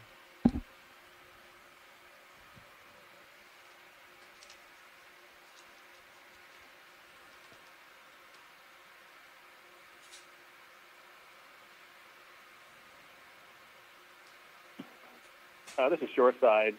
When you get a chance, if we could get the UTC start time for this transect, we'll throw that in the log. On OKEX. Give it to him on OKEX? Yeah. Do I announce who I am? You can just answer the start time in UTC. Start time for this transect was 21:33 UTC. Copy that. Thank you very much. Sure thing.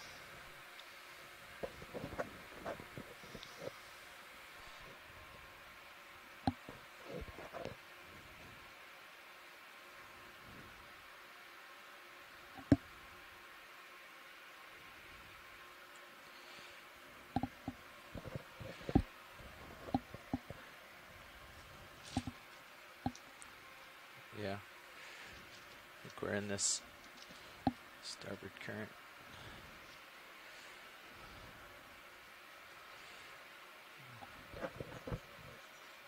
So in context, we're just over the top of the deep scattering layer at around 300 meters, shooting a transect. We're seeing a lot less marine snow in the water column, fewer targets to jump on. Yeah. Other than that, unbelievable octopus instead of we saw sucking on the fine settling filter. in. Yeah. Or no, instead of exiting on the fine filter, there was concern it could blow off. So he exited on all 5 except the 6, and then he vacuumed. Half of what we see in the water column too corresponds to what we see in the acoustic. So if you pull up feed 3, you'll see our ROV, or our remotely operated vehicle, is actually above the scattering layer right now. So we would predict also, that I think the only jar open is jar 1 with no filter. Organisms Yeah. for us I think he's to talking see about in the during mornings. transect, and Morning where you we'll stay flush tuned the and see hose if that out is really the there. case. Okay. Yeah, I just wanted to give you a heads up for in case you go after some critter that's our only option. Yeah, Josh said if it was gelatinous, 1,000. He said be careful to go above 1,000 RPM, and then be quick to turn it off once it's in.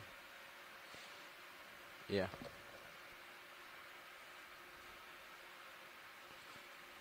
Something about being soft or something.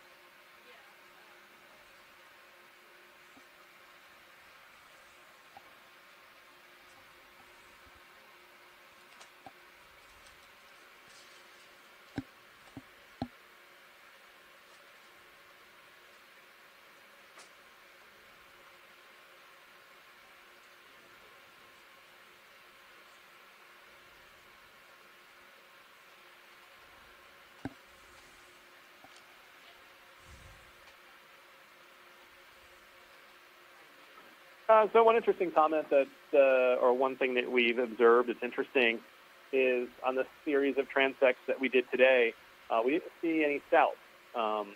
Salps are kind of pelagic animals that form chains. The animals themselves are like small tubes that pump water and collect their prey. Salps are sometimes very, very common here up on the continental shelf and just off the continental shelf, farther offshore. And at times we've seen very dense layers of salps in places, but none today. We've seen layers of salps up off of New England in the submarine canyons off the coast of New England at great densities and very thick layers. So it's curious that sometimes you see the salps at particular locations, you don't see them elsewhere.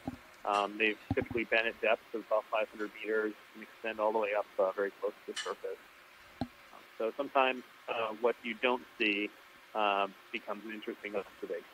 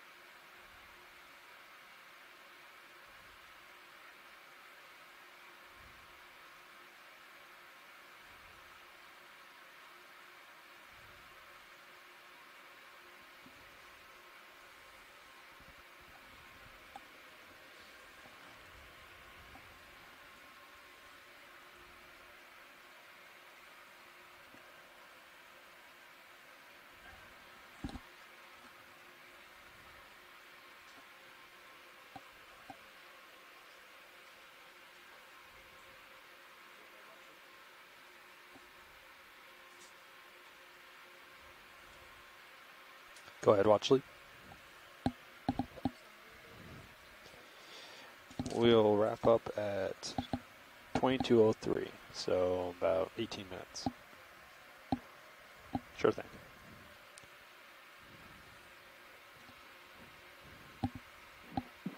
One interesting fact to note as we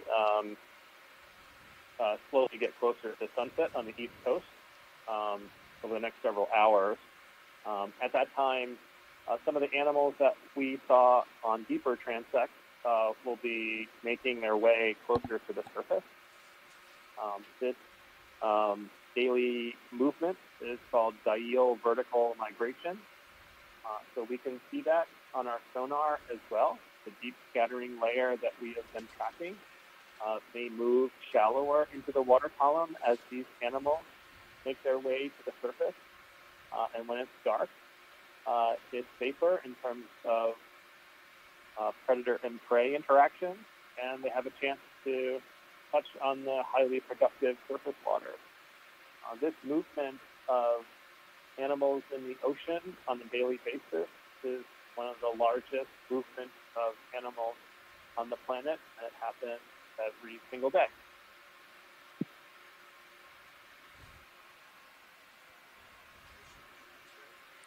Chase, what? I haven't seen any yet. You seen stuff? To add that too is an interesting fact. Individuals of the same species don't always migrate every day, and they don't know what actually changes Certainly, if you between see them. something, So holler you out. might have We'll the same species go will after it. stay at depth some Yeah, days, and then there's other no, days will move to the surface. Rule against it. I just haven't. Nothing's jumped out.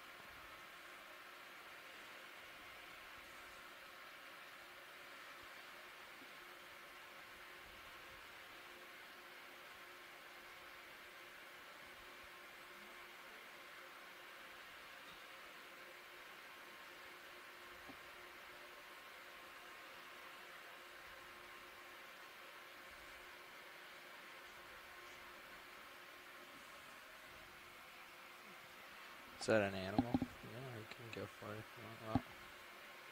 Well, yeah.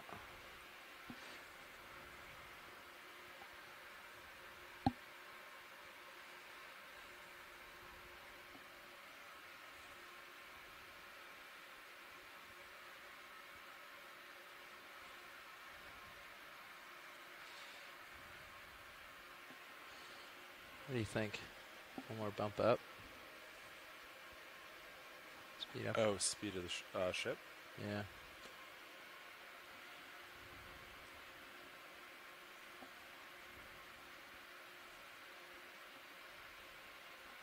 Keep up. I guess it's coming by pretty quick. But yeah, it's I don't know. Quick, but feels like we can cover ground this way and maybe find something big. Yeah, we haven't seen much either. Yeah, that's true. Kind of split. If there was a lot, I would say definitely slow down. Because we haven't seen a whole lot. I'd go either way. Yeah. Well, I'll at least get pushed out then. So if we do see something cool, we can get it. Yeah. Oh, I just started pushing, sorry. We've seen a couple of interesting siphonophores, and hopefully the next one that we spot, we'll try to sample so we can get a closer look. Siphonophores are typically challenging to identify to species that we kind of required to bring them back to the laboratory and look at some structures under the microscope. But if we come across another one, we'll try to sample it and provide some additional detail to our documentation about siphonophores in this area. Oh, yeah. If you're doing something like, well, you can move it over if you want. I think you can ask video too. Okay, thanks, Mike. We'll keep our eyes open for siphonophores. Yeah, go ahead, video. This could be one here, just in the left center, possibly. Where is it? Left center. Looking around.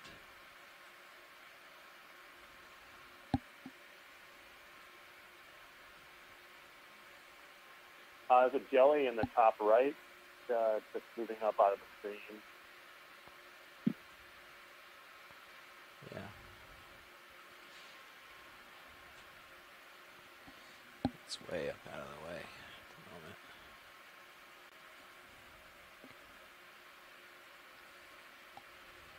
And I'm behind. We should slow down if we're going to get a sample. Copy. Yeah, right? Yeah. Just wait. The ship will do it. Guess we'll find out. Bridge, this is ROV nav.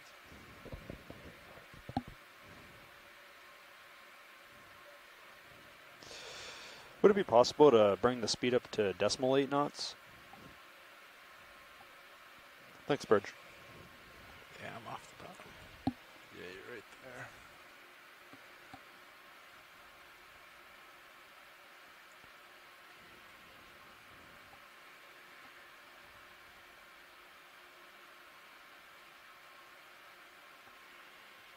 Once I keep my camera at 45, I can, for reference, I keep it there. But yeah, if I'm trying to sample and yeah, if you have to move it, go for it. Yeah, but unless that happens or you. I know this ship's. You know, we're trying to speed up the ship. There's a fair amount of surface current here, so we're just trying to get ourselves to the point where, if I stop for even a second right now, I'm underneath Sirius pretty quickly. So just trying to get out, pushed out. See if I can't find. Okay, pushed out, I'll slow down.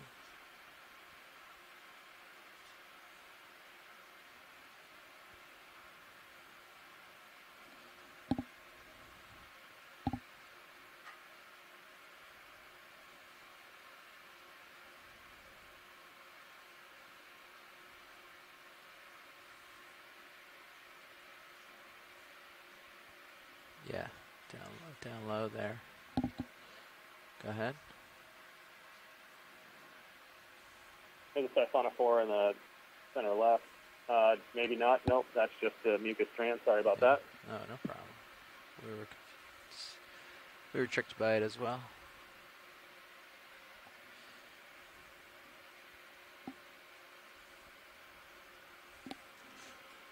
talking. No KEX. Oh.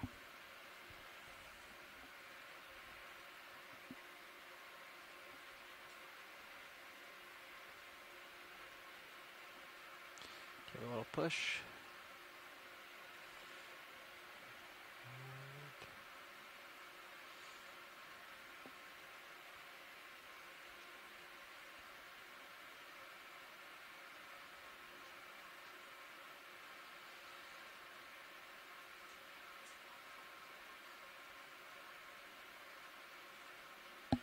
Yeah.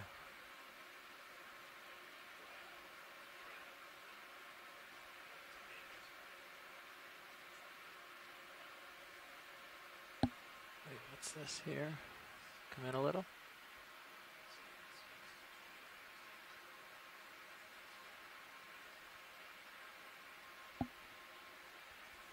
More mucus. Okay.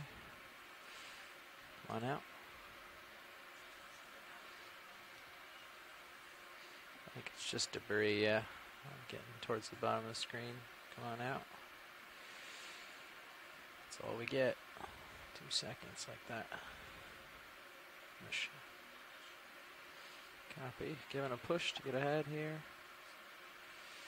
When we see it, we want to have time, you know? So I'm trying to get ahead of the train and then slow down.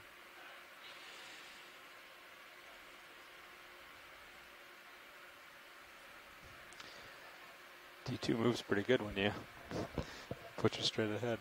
Yeah. The haul. Quicker than I'd expect.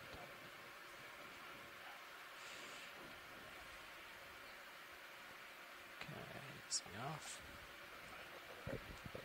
What's that? There we go. Come on in.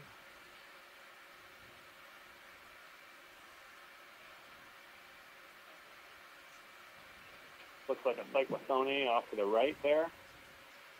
That looks like a mucus strand. Okay.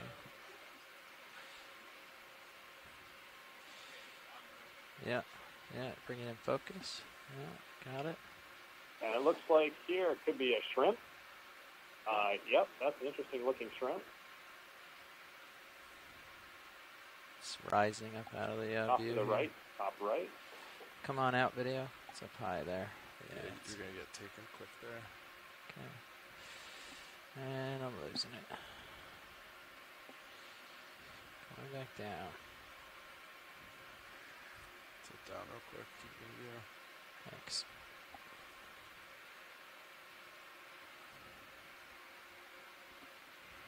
Oh, for a second there, I thought I was tilting your camera down.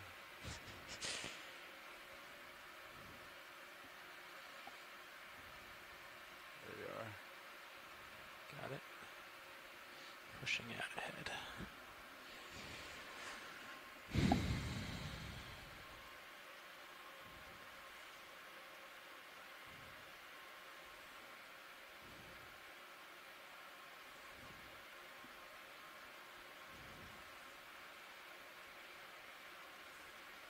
It's 45.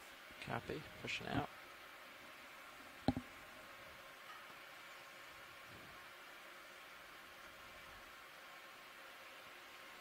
Okay. Ooh, jeez. Yeah. Oh, looks like we have something interesting here. This could have been a squid. Actually, it might have been a frangid squid. As you can see, these occasionally they have really squat body that's very transparent. They're an interesting type of squid.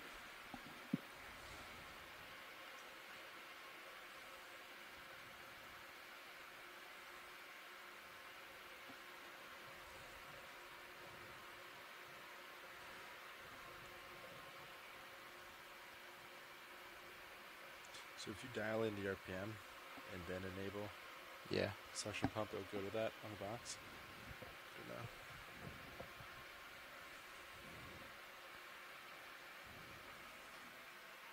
Something bottom.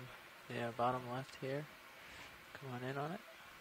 Back to the left center there, that looks like another type of penophore. It would be great if we could sample it if you have a second. That looks like it could be Thalassocalis, or another type of low-bait ctenophore.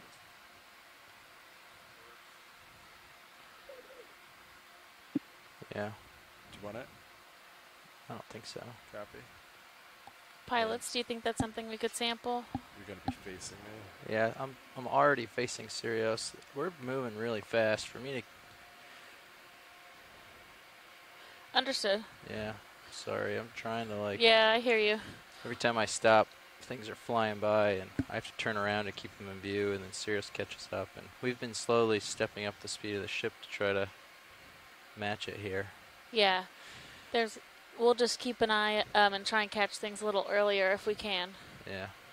That on the right there? That's yeah, on the right there, that's siphonophore. Come on in, video. Yep. Yeah. You're going to get down there quick. Rotate that looks like a preyed siphonophore.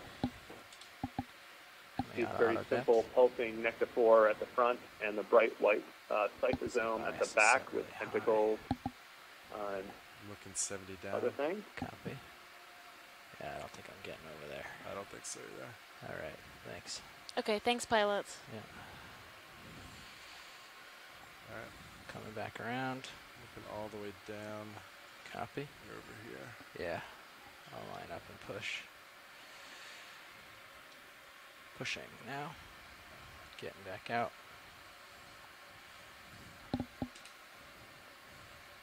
Delta 9, just so you know. Copy. Are you back in auto depth? Back in auto depth, yeah. Copy. There you are. Pushing. I'm going to push down a little here.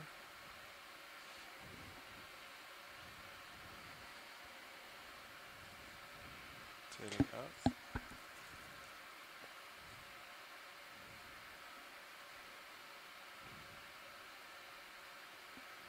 Alright. Camera's back at 45.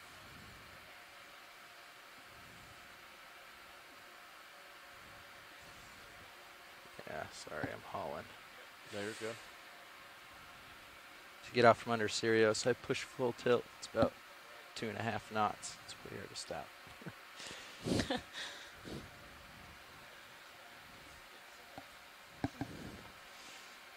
No.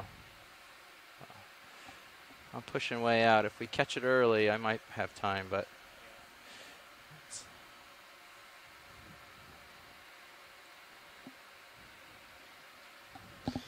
Okay, we got about 3 more minutes. This is Shoreside. If you could just relay the UTC for the end of transect, we'll put that in the log. We'll be wrapping up at around 22:03 UTC. Copy that. Thank you very much. Sure thing.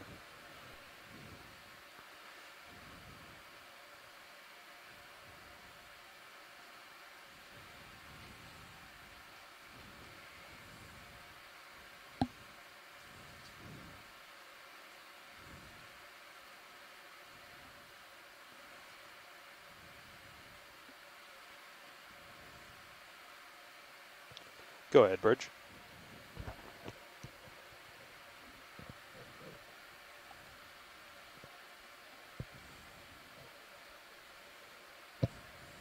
Sure, I think that would be good. We're going to be wrapping up shortly, but we can go ahead and get another one in and see where that puts us.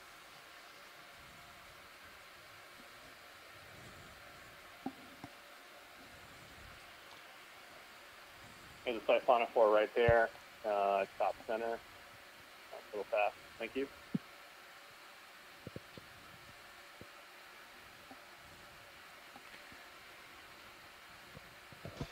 Sounds good. Thank you, Bridge.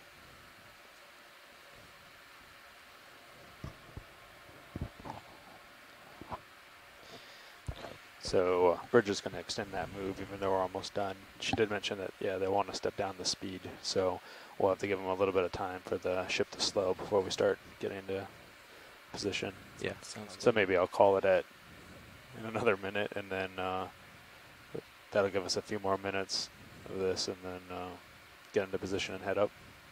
Sounds good. Okay.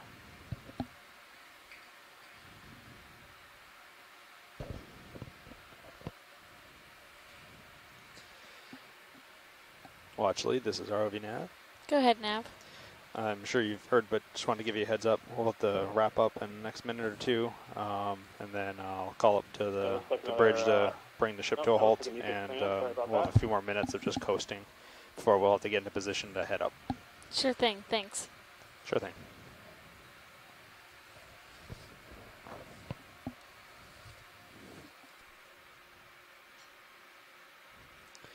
Probably should have just had him finish out that 75 meters instead of bumping it up. It's all right. I don't think it's that much effort. Okay, I'm going to call it then and let the ship coast to a stop. You're going to let the ship bring coast it down. to a stop. Okay. They'll bring it down slowly. So. Okay. Bridge, this is ROV Nav. Yeah, we'd like to go ahead and stop it here and do what you need to bring the so ship speed down. So our 300-meter transect has ended, and the ROV team is going to orient themselves to get ready for ascent.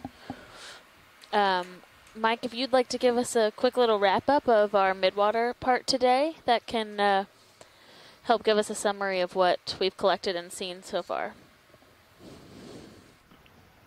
You bet. Thank you very much.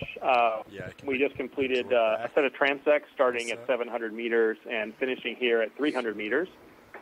We were able to spend a good amount of time exploring inside the deep scattering layer as we sighted it through our acoustics. We saw lots of different types of siphonophores today, a couple of interesting small medusae. We saw some great ctenophores. Lots of fish. We think most likely the deep scattering layer was caused by an aggregation of mostly mesopelagic fishes today, based on what we saw around 500 meters. For the first time in a midwater exploration, we were able to take samples, and it was very exciting to be able to grab a sample of a small medusa in the genus Halocera. We're able to get a narcomedusa in the genus Telmissus. We were able to get a really good-looking ctenophore called a Bathyceroe. Largely being able to take samples after observing them